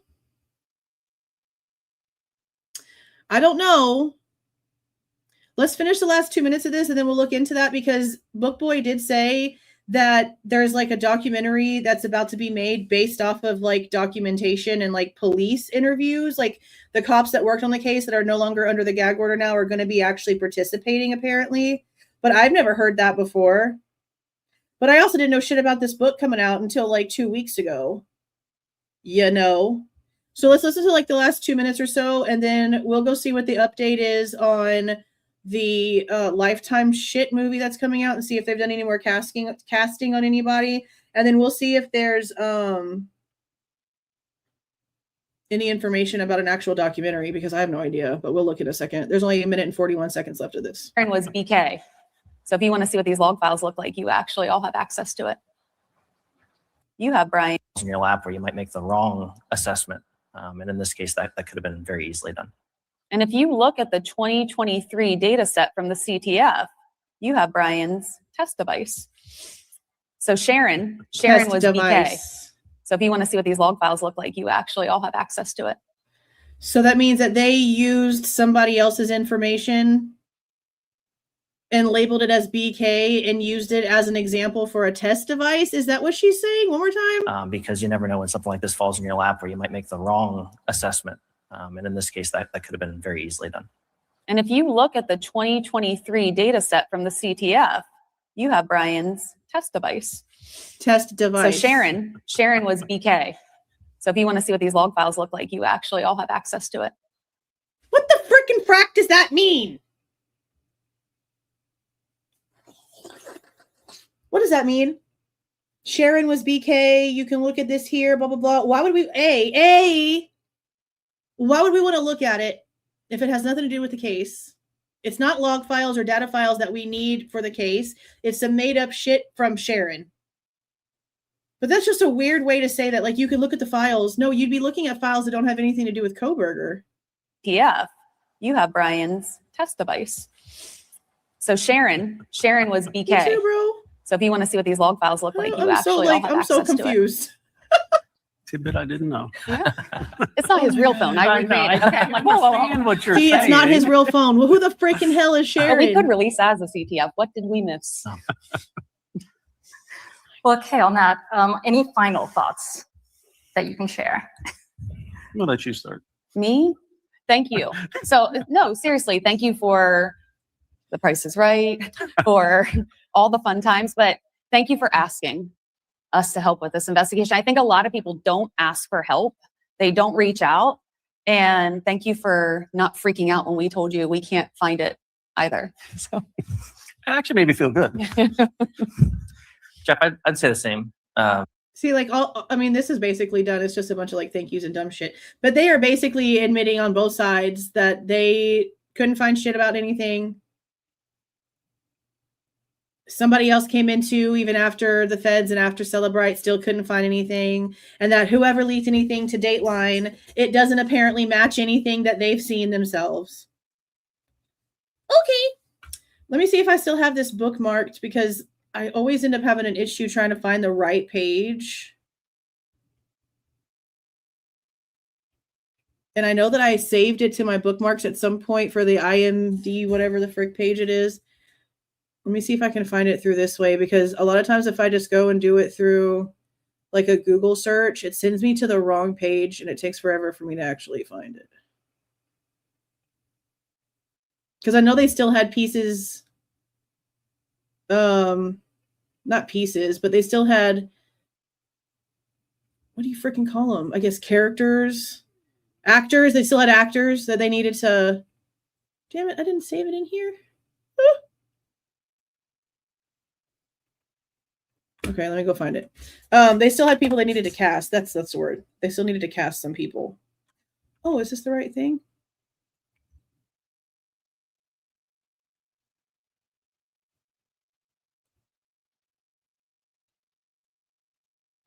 This isn't it.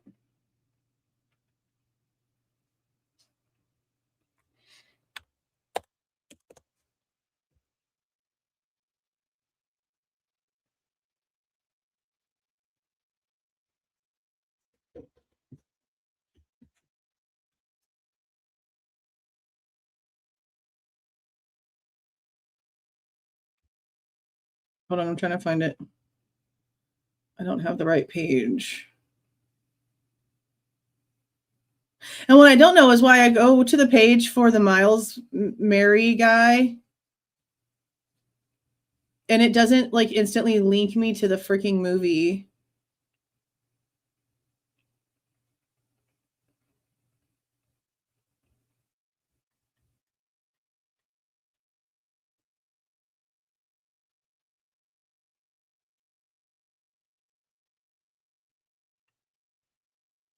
I can't even remember the name of the damn thing. See, this is how much I don't care about this Lifetime damn.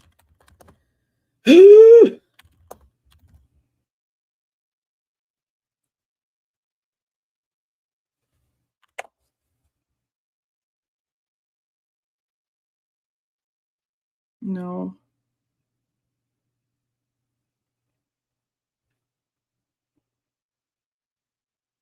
That's not it either. See, I can't, I always have issue trying to find the damn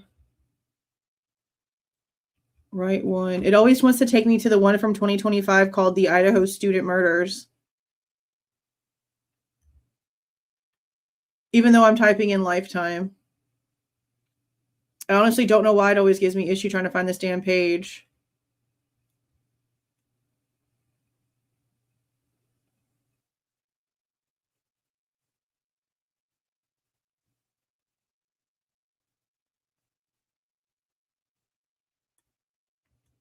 This is a fake site for this.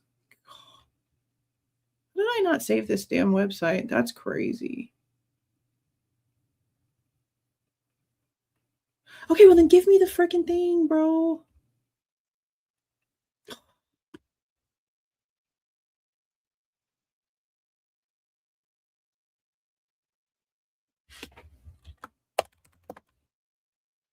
Miles who? Miles Mary.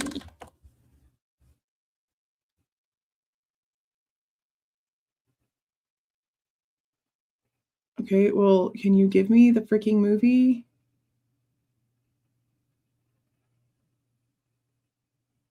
It's not even on his list.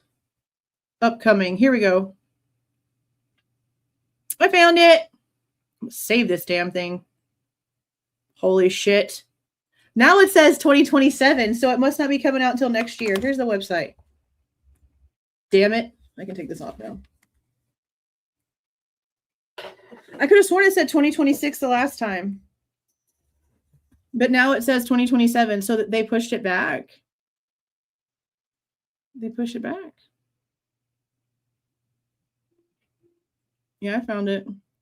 For some reason, it always goes to like the Miles Mary page, but on the Miles Mary page, it says University of Idaho students, but the University of Idaho is like the only part that's like highlighted as a hyperlink.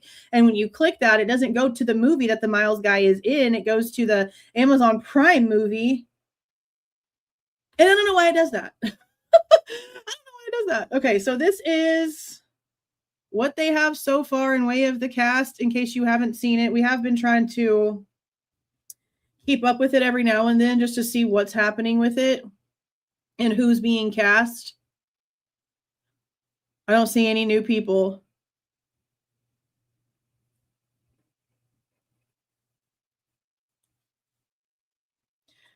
Do it like this so you guys can see this. I still don't know who in the actual shit Tom Holmes is. I have no idea who the hell Tom Holmes is. He's going to be played by this Matt Hamilton guy.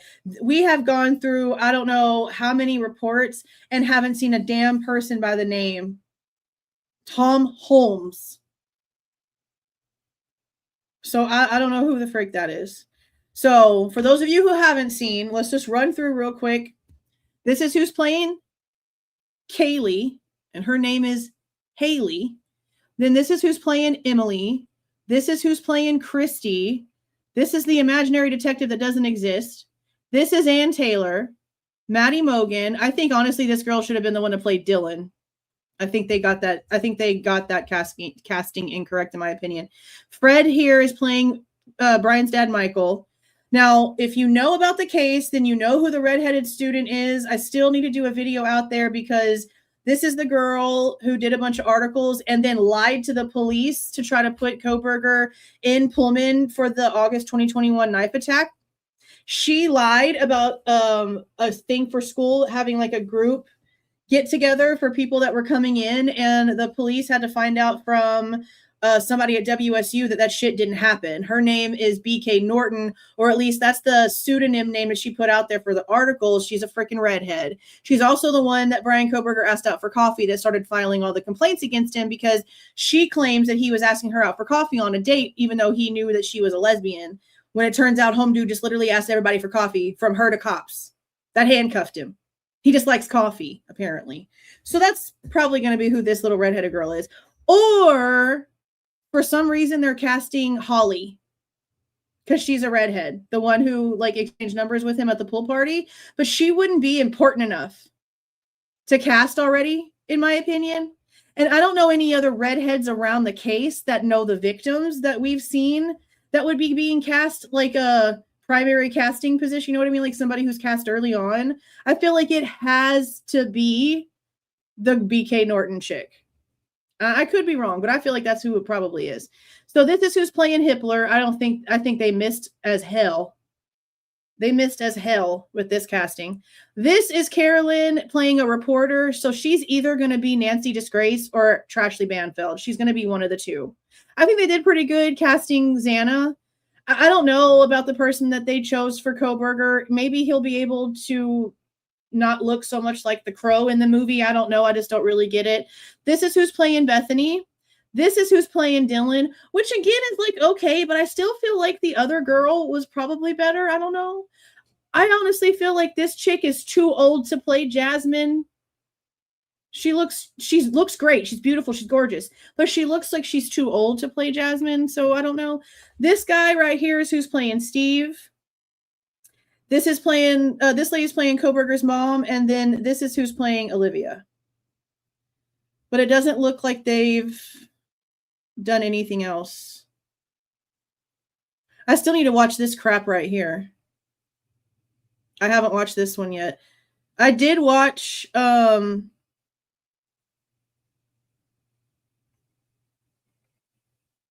hell is this? I did watch the one on Tubi, and I did record me doing like a reaction video to it. Okay, no, that has nothing to do with the case. But I haven't had the chance to even bother editing it yet. It's just like sitting there with other things that haven't had time to be edited yet. But as for there being something new that's coming out, let's check, because he said that, but we don't know if it's true or accurate until it pops up and is actually announced. And there are a lot of people that know about documents and shows being created before people out here know. So I don't know. Let's see. He said it was a major company, right? Major production company. Student murders. Upcoming documentary.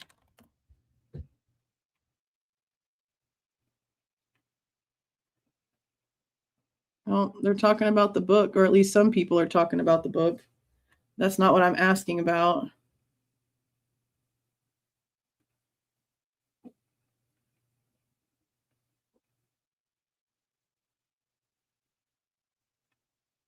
New okay, though, that's Omaha.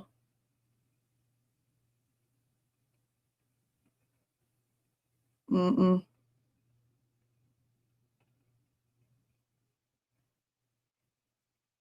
I don't see anything. So I guess we'll just have to see. I mean, I hope somebody does something big and mainstream that actually gets thrown in people's faces. Actually, so that people pay attention. And it's like us, because look, like we know better, right? But a lot of people out there don't know better. So if somebody like Netflix actually sits down and talks to all the damn police officers and lets the truth be put out there, it's going to be odd that it's Netflix, but people are going to listen more to it because it's Netflix. You know what I mean? So let's see what happens with that. I'd be more than ecstatic for a big name to actually be factual and put some shit out there. More than ecstatic. Okay, so actually, now that I'm thinking about this, put a 1 in the chat if you guys have Tubi. Or if you guys watch Tubi. Because you know how we did, like, I really don't want to sit down and like edit all that shit, honestly. Like, it's not really all that fun to do it that way. But you know how we did those other, like the other reviews with documentaries, because I can't show them on the screen. Like, we basically all watched it at the same time, and I just like gave commentary live with just my face on the camera. I'm wondering if we should do the same thing with Tubi, with the one from Tubi, so that we can sort of just like start it all at the exact same time, and then I'll just be like live reacting on screen. Because I think that's really like the only way that we're going to be able to do it. I can't show any of it because it's going to give me a bunch of problems. Like if something crazy gets shown on the screen, like I can stop and like pop it up on the screen for a few seconds like I did before, but that's really as far as I can go with it. Yeah, let's try to do that. Yeah, it's just an Idaho one. Like I said, I watched it. It wasn't very good. I don't remember a lot of it. I mean, I know I complained a lot about it. There's plenty of little pieces of video that I need to put together because obviously I had a lot to say. But it's just easier if we do it like this. So actually, also let me see if you can access it from like a computer. Or is it just a TV app?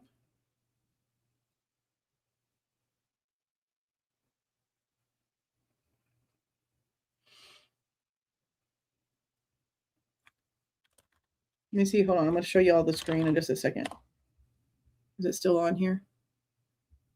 Okay, so it's that one that's called On Trial. They have Roy Rogers on here. What? Okay, I'll show you guys this real quick and then we'll be done. And I'll get off of here. But we'll schedule a day to where we can all sit down together and just watch it at the same time. And I'll just do like a live reaction to it. But this is what Tubi looks like right here. It's purple. It's completely free. You don't even have to log in. See, I'm not even signed in. You don't have to sign in. You only sign in if you want it to save your progress. If you don't give a shit about it saving your progress, don't bother. But this is the movie right here. See, sign up. Yeah. So we can definitely get together and do that. There's a couple other ones. I mean, I honestly wouldn't mind going back and rewatching a lot of them. I think something I'm going to try to do. I think something I can probably try to do is, I don't know if the file is going to go on there. Frick, it's so big. The Dateline thing that Connor sent me, that we have the full episode. Anytime I've had to transfer like really big ass files like that of a big hour and a half long thing like that, I've had to use like a drop file system, like the one that MPD uses to send us information. But I wonder if it'll fit on Google. I don't think it'll fit on Google Drive. Plus Google Drive like won't even really let y'all download it without having problems. Big files like that. Because most systems won't allow you to really download it without giving you issues because big files aren't virus scannable on Google. So even though it's a trustworthy file, it's coming from my damn computer onto that damn thing. A lot of systems just won't let it do. I don't know. I'm gonna see if there's a way that I can maybe put the Dateline somewhere where everyone can have access to it, and then we can plan a day to all watch it together the same way that we're talking about now. I'll figure that out. I'd like to do that.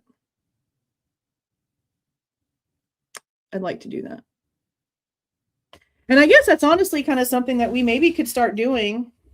Maybe like make it a point to at least like once a month have like some sort of like watch party thing, to where we all just like watch it on our own devices but are in the chat together, and then I'm live reacting to it, and then like the way that we've done stuff. That'd be kind of like a cool thing to get started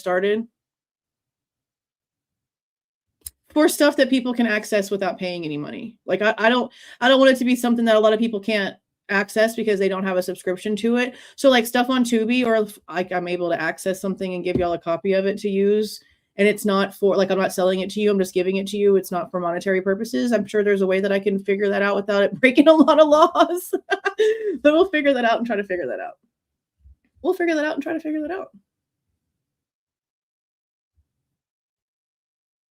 Yeah, it was bad. It's almost like, we'll see, and I can't really say that anymore because he's claiming that Turvey saw the chain of custody issues with the knife sheath 4 days before the plea agreement, which is crazy. That's crazy. But at first I was like, did they just have somebody go in with marker and write those damn names on there because I asked for it? Because that's crazy. But they have photos of the same one in the forensic documents on pages that are dated from the time of them actually doing the work in November of 2022 with the exact same bullshit handwriting.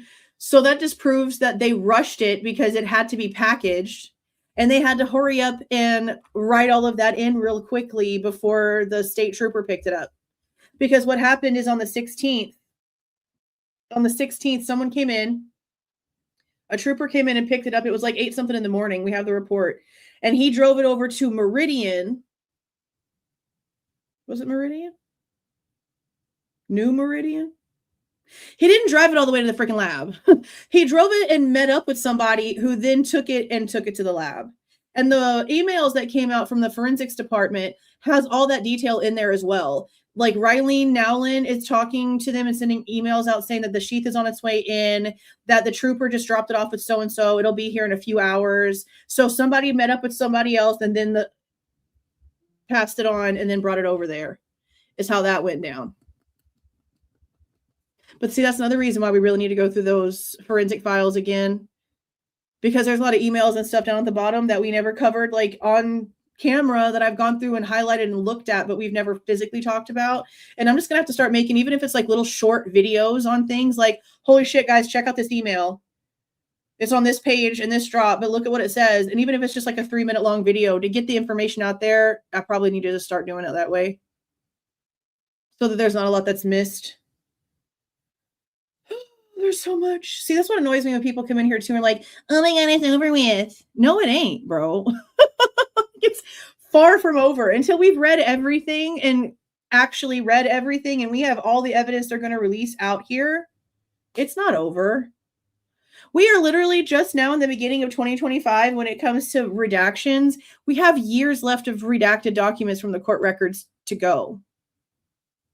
And there's going to be fights and all the kinds of things going on along the way. It's just insane. And now we have stuff going on with the lawsuits too. So I'm going to try to get those updated this weekend. And I'm going to try to make sure that we go over the frat interviews this weekend, because my book is not going to be here until I think Wednesday.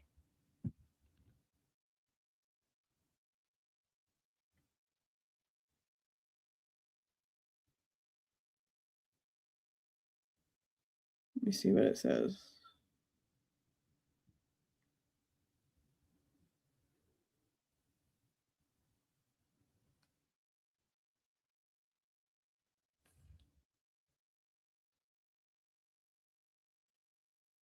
Yep, still says arriving Wednesday.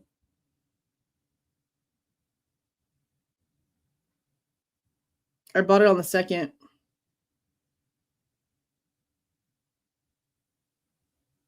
They did what? I'm gonna have to go look and see what they said.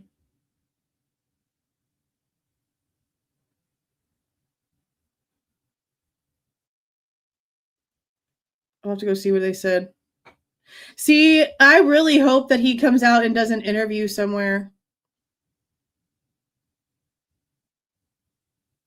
Because he's the actual expert. So I really hope that he comes out and does an interview for real. Like for real, for real. Oh, thank you for the $13.99, Jennifer. I appreciate that. Thank you. But yeah, I guess we'll just keep a watch, like an eye out for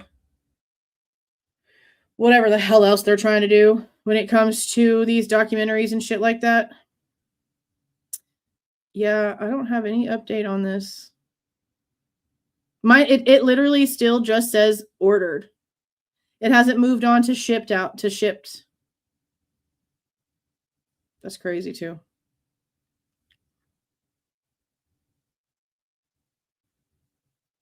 That is crazy too. Okay, I'm going to go ahead and end this now. But for those of you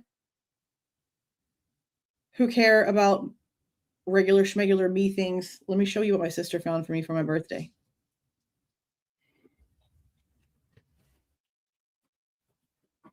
Do y'all know about Disney lore? Y'all know about Disney lore, right? About like the Little Mermaid cover that basically got like banned because it has something bad on the front of it. I don't even know if I can show it. Can I show this since people know what it is? I don't know. Anyway, she found me she found me the like original. I guess I'll show it for like a second. She found me the original banned cover that has the bad looking thing in it for $1.29. And I was like, snatch it up, I want it now. So she found it, she bought it, and she sent it to me. Like the sticker is like crispy. I hear that? ASMR. Hear that? It's so old, it's crispy. And like the plastic is sort of cracked because it's so freaking old. See that? How long has it been since y'all saw a VHS tape? Isn't that cool as shit? Like this movie right here is what my entire life was as a child. Like you couldn't catch me in a bathtub without trying to pull the scene where she pulls herself up on the rock and splashes water everywhere while I'm loudly singing like a psychopath. That was me like every day. That's why my daughter's name is Ariel. I cannot believe she found like the bad one. I was like, they must not know what they have. Super crazy.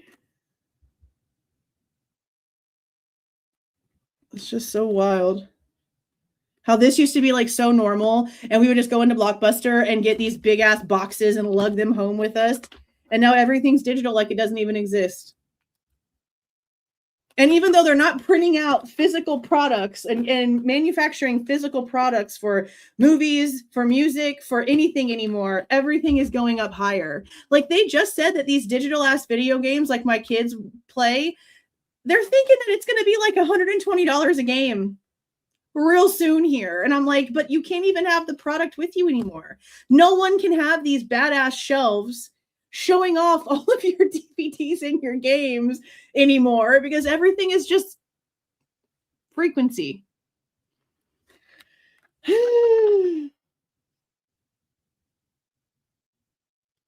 So crazy. So much change in such a short amount of time.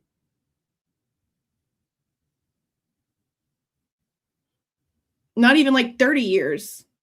Like in the last 20. I don't think there's been any other, I can't really say generation because we're all alive at the same time that it's all happening. But I don't think there's ever been like any other bracket of time that was so ridiculously fast forwarded into the future than ours. Like, I know a bunch of crazy shit happened around the 50s. So maybe you can compare it a little bit to that, but like shit exploded in the late 90s, early 2000s, and it's just not stopped. But now, like, it's looking like some of the generations are starting to like reverse stuff, because a lot of the teenagers now, they don't want to, like, they're not on their phones a lot. Some of them, like the younger edge of teenagehood or whatever, there's a lot of them that are like, yeah, we kind of just like put our phones away. We're tired of them. We're on them all day at school.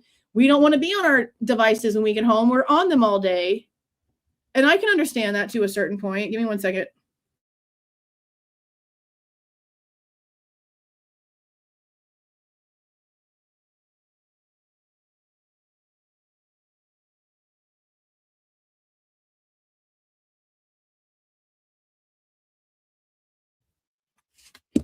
Yeah.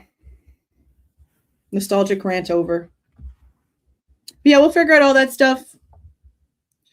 And we'll start scheduling a way to watch things, especially when it comes to these. And it'll also be kind of a good way if we know that there's one out there for like another case that we want to like look into, and we know that there's one out there that's done right. It wouldn't be bad to like start off with something that's already got a bunch of evidence together, and then like maybe go backwards from there to look at the individual pieces.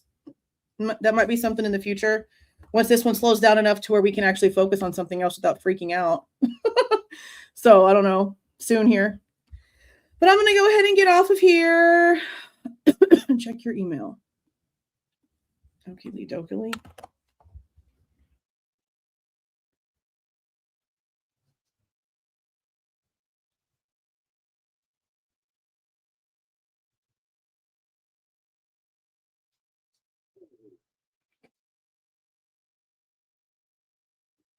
Oh. Well, this is different, but Sharon, I see yours. I appreciate that. Thank you.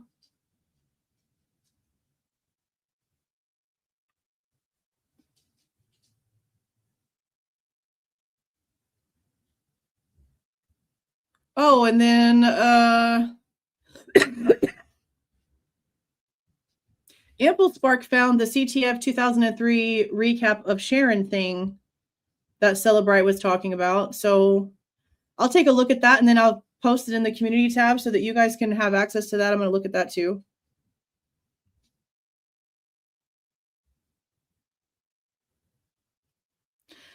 So I see your email too, Rochelle, about the Idaho Statesman article.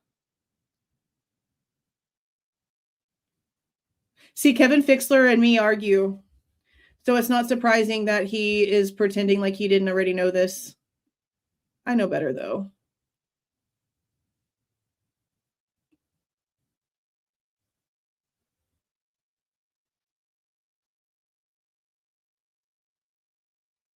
Okay, yeah, and then Whitney sent me the page for the movie that we had found. Yeah, I could have sworn, right, that it was supposed to be out in 2026. See, that's kind of strange because it says on the screenshot that Whit sent me that pre-production is expected January 30th, 2027. Or does that mean that it's in pre-production and the movie is expected to come out January 30th, 2027? They've been filming since last year. That's crazy. They've been filming since last year.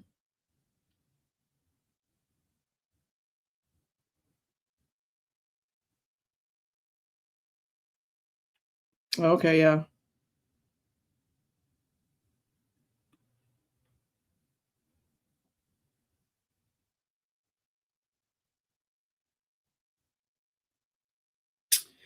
I mean, I honestly can't answer that question, Katie. And not because I like only want you to watch me. That's not at all it. I just don't really watch other people's stuff. I really don't. I like my opinion to be my opinion, and unless multiple people are advising me to go and look at something and review it or see what else is going on, I really don't go around to like other channels. So while I know like other channels and I know like a lot of the channels that have questions like I do, I don't really know what a lot of the channels do in way of documents and do like, I don't know other channel. I'll say it like this.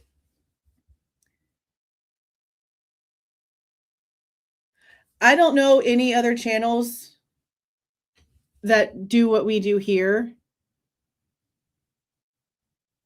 that I could recommend to you. I guess I'll say it like that. I don't know any other channels that like get FOIAs and talk to MPD and dig into the documents and stuff. Like if there are, feel free to put the names in the chat. I've never been there's only one person that I don't allow to be talked about on my channel. And if you've been here for a while, you know why, and y'all don't like him either. But I'm totally okay with you guys giving people recommendations. I'm totally fine with that. Now, I will say Amber Vance does some good stuff when it comes to trying to put a lot of stuff together. But I will also say that when it comes to like some of the connections, when it comes to like maybe Maddie and Connor having something going on and stuff like that, I don't know where the confirmation for that kind of stuff is like coming from. But when it comes to like the actual facts going through the documents, and she's really good at that. There was another girl. Oh my God. She's so young.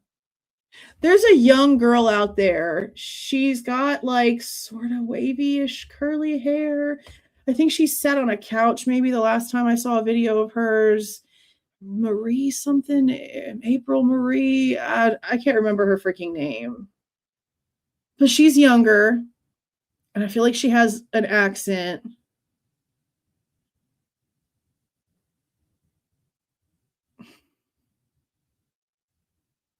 See, I don't know. I don't watch people. Like I know, okay, like Bronx Tales is one. And like I know that that she digs into stuff and she had gotten a lot of like the water company information. There's still stuff with that I need to talk to her about. I don't know who else has gotten info. Like it's I don't know. I probably should know more people that actually talk about this case, but like I said, I would not be giving y'all any original content if I just spent my entire day going and watching what other people are talking about. Does that make sense? Like I can't just scroll through their content. So I don't know. I don't know a lot of the names anymore because I've stayed to myself for so long. But somebody that I could recommend to the standard that I try to hold to myself to, I mean, I don't know. I'm not usually asked to watch those people. That's kind of the thing. Like I'm never usually asked to go and see what's going on over there because usually there's nothing bad that needs to be addressed. Like there's no misinformation. So I don't know those channels. Does that make sense? But everybody else does. Everybody else does. Oh, shut up. You know why she said that? Yeah, the body cam stuff. Christy's Chaos and Connor. If you want no opinions, and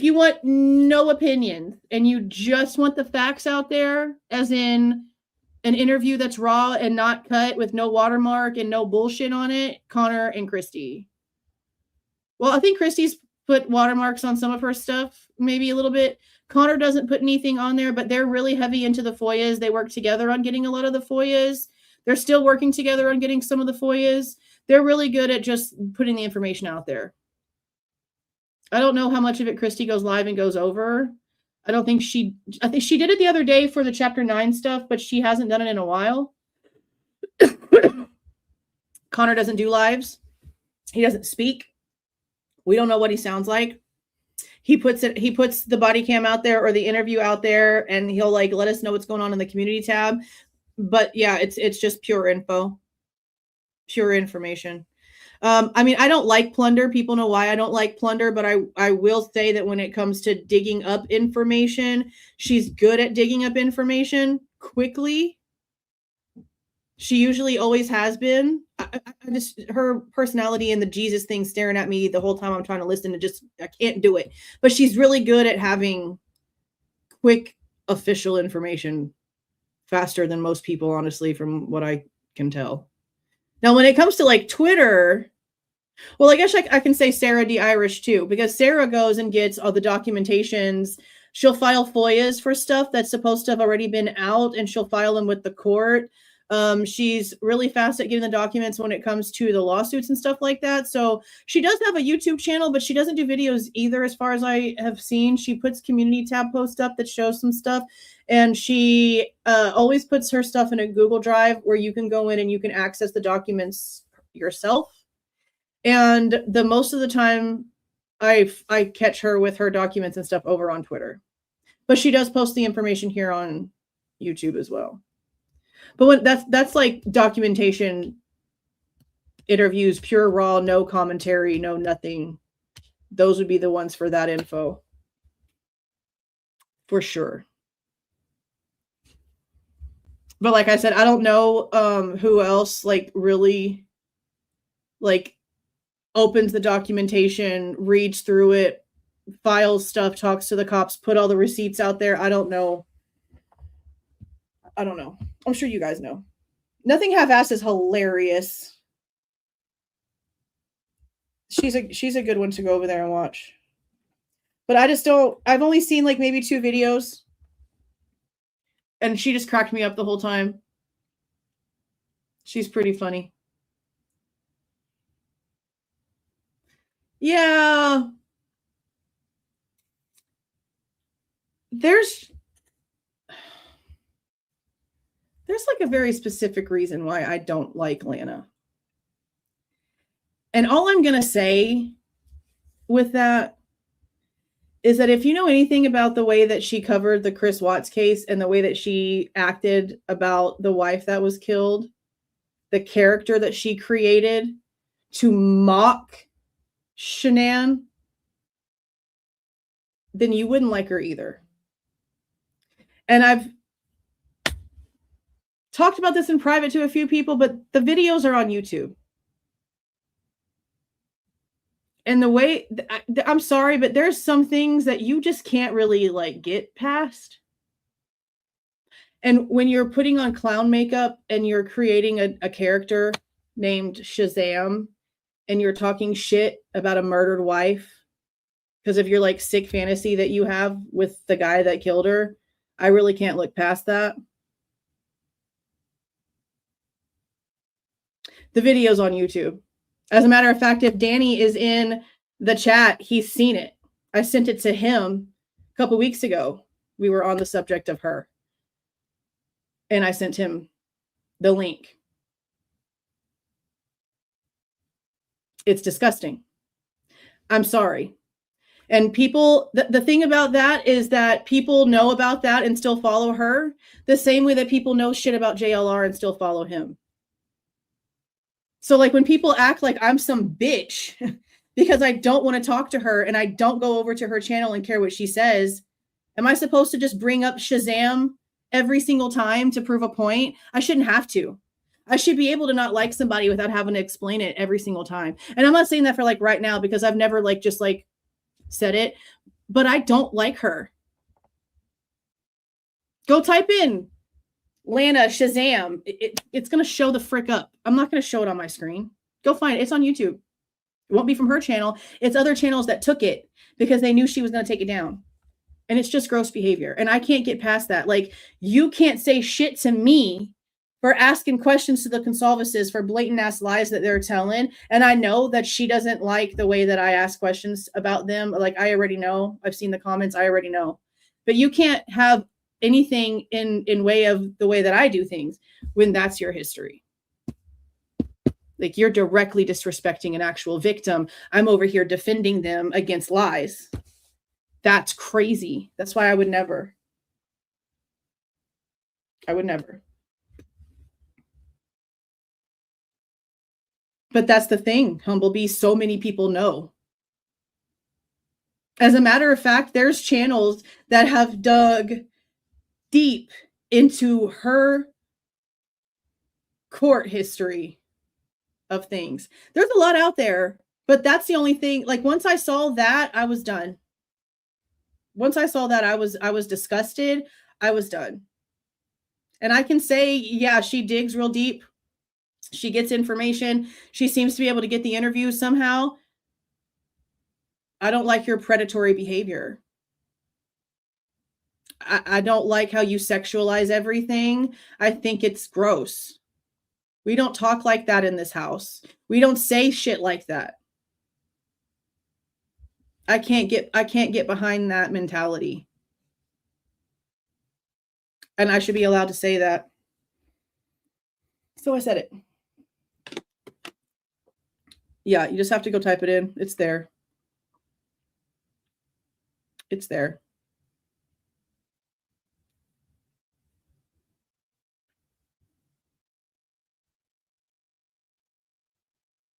It was just too gross.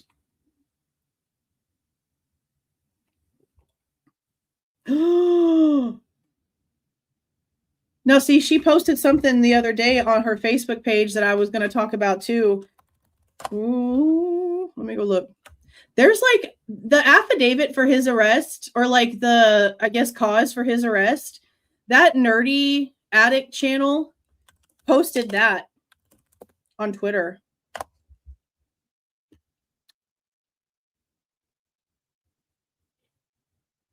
Notice of arrest offense. She posted it 36 minutes ago. See, there's that damn picture just in your face. The AI in here is crazy. Okay, how long until the video starts, ma'am? Is she not going to play it? Did she put it behind a paywall?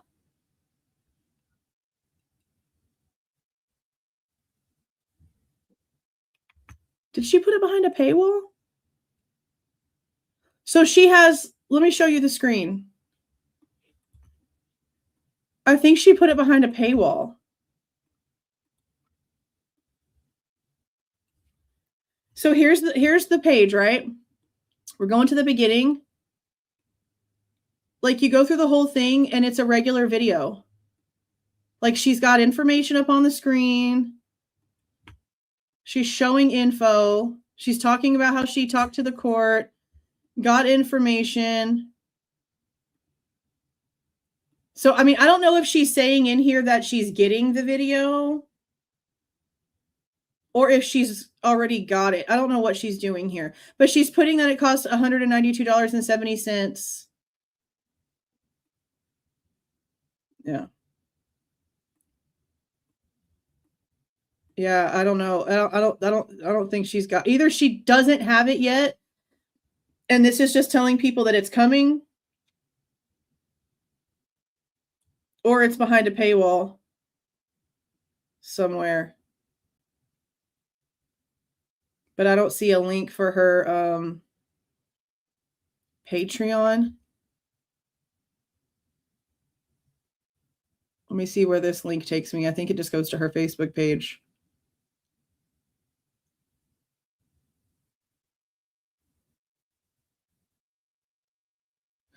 Yeah, so this is crazy. So on Facebook, she has this post from 3 hours ago. Let me see. Can y'all see this?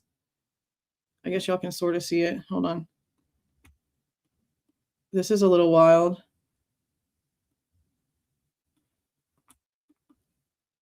So, like, y'all can't really see this, but let me just go ahead and read it.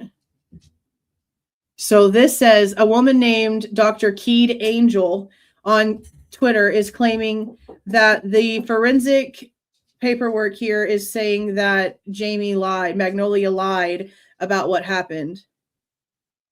And I don't know what the reports are. So these are, I guess, like forensic reports from inside of the hotel room. Yeah, I've seen the video of the, I mean, I've seen this picture of the blood before already. Hold on one second, guys.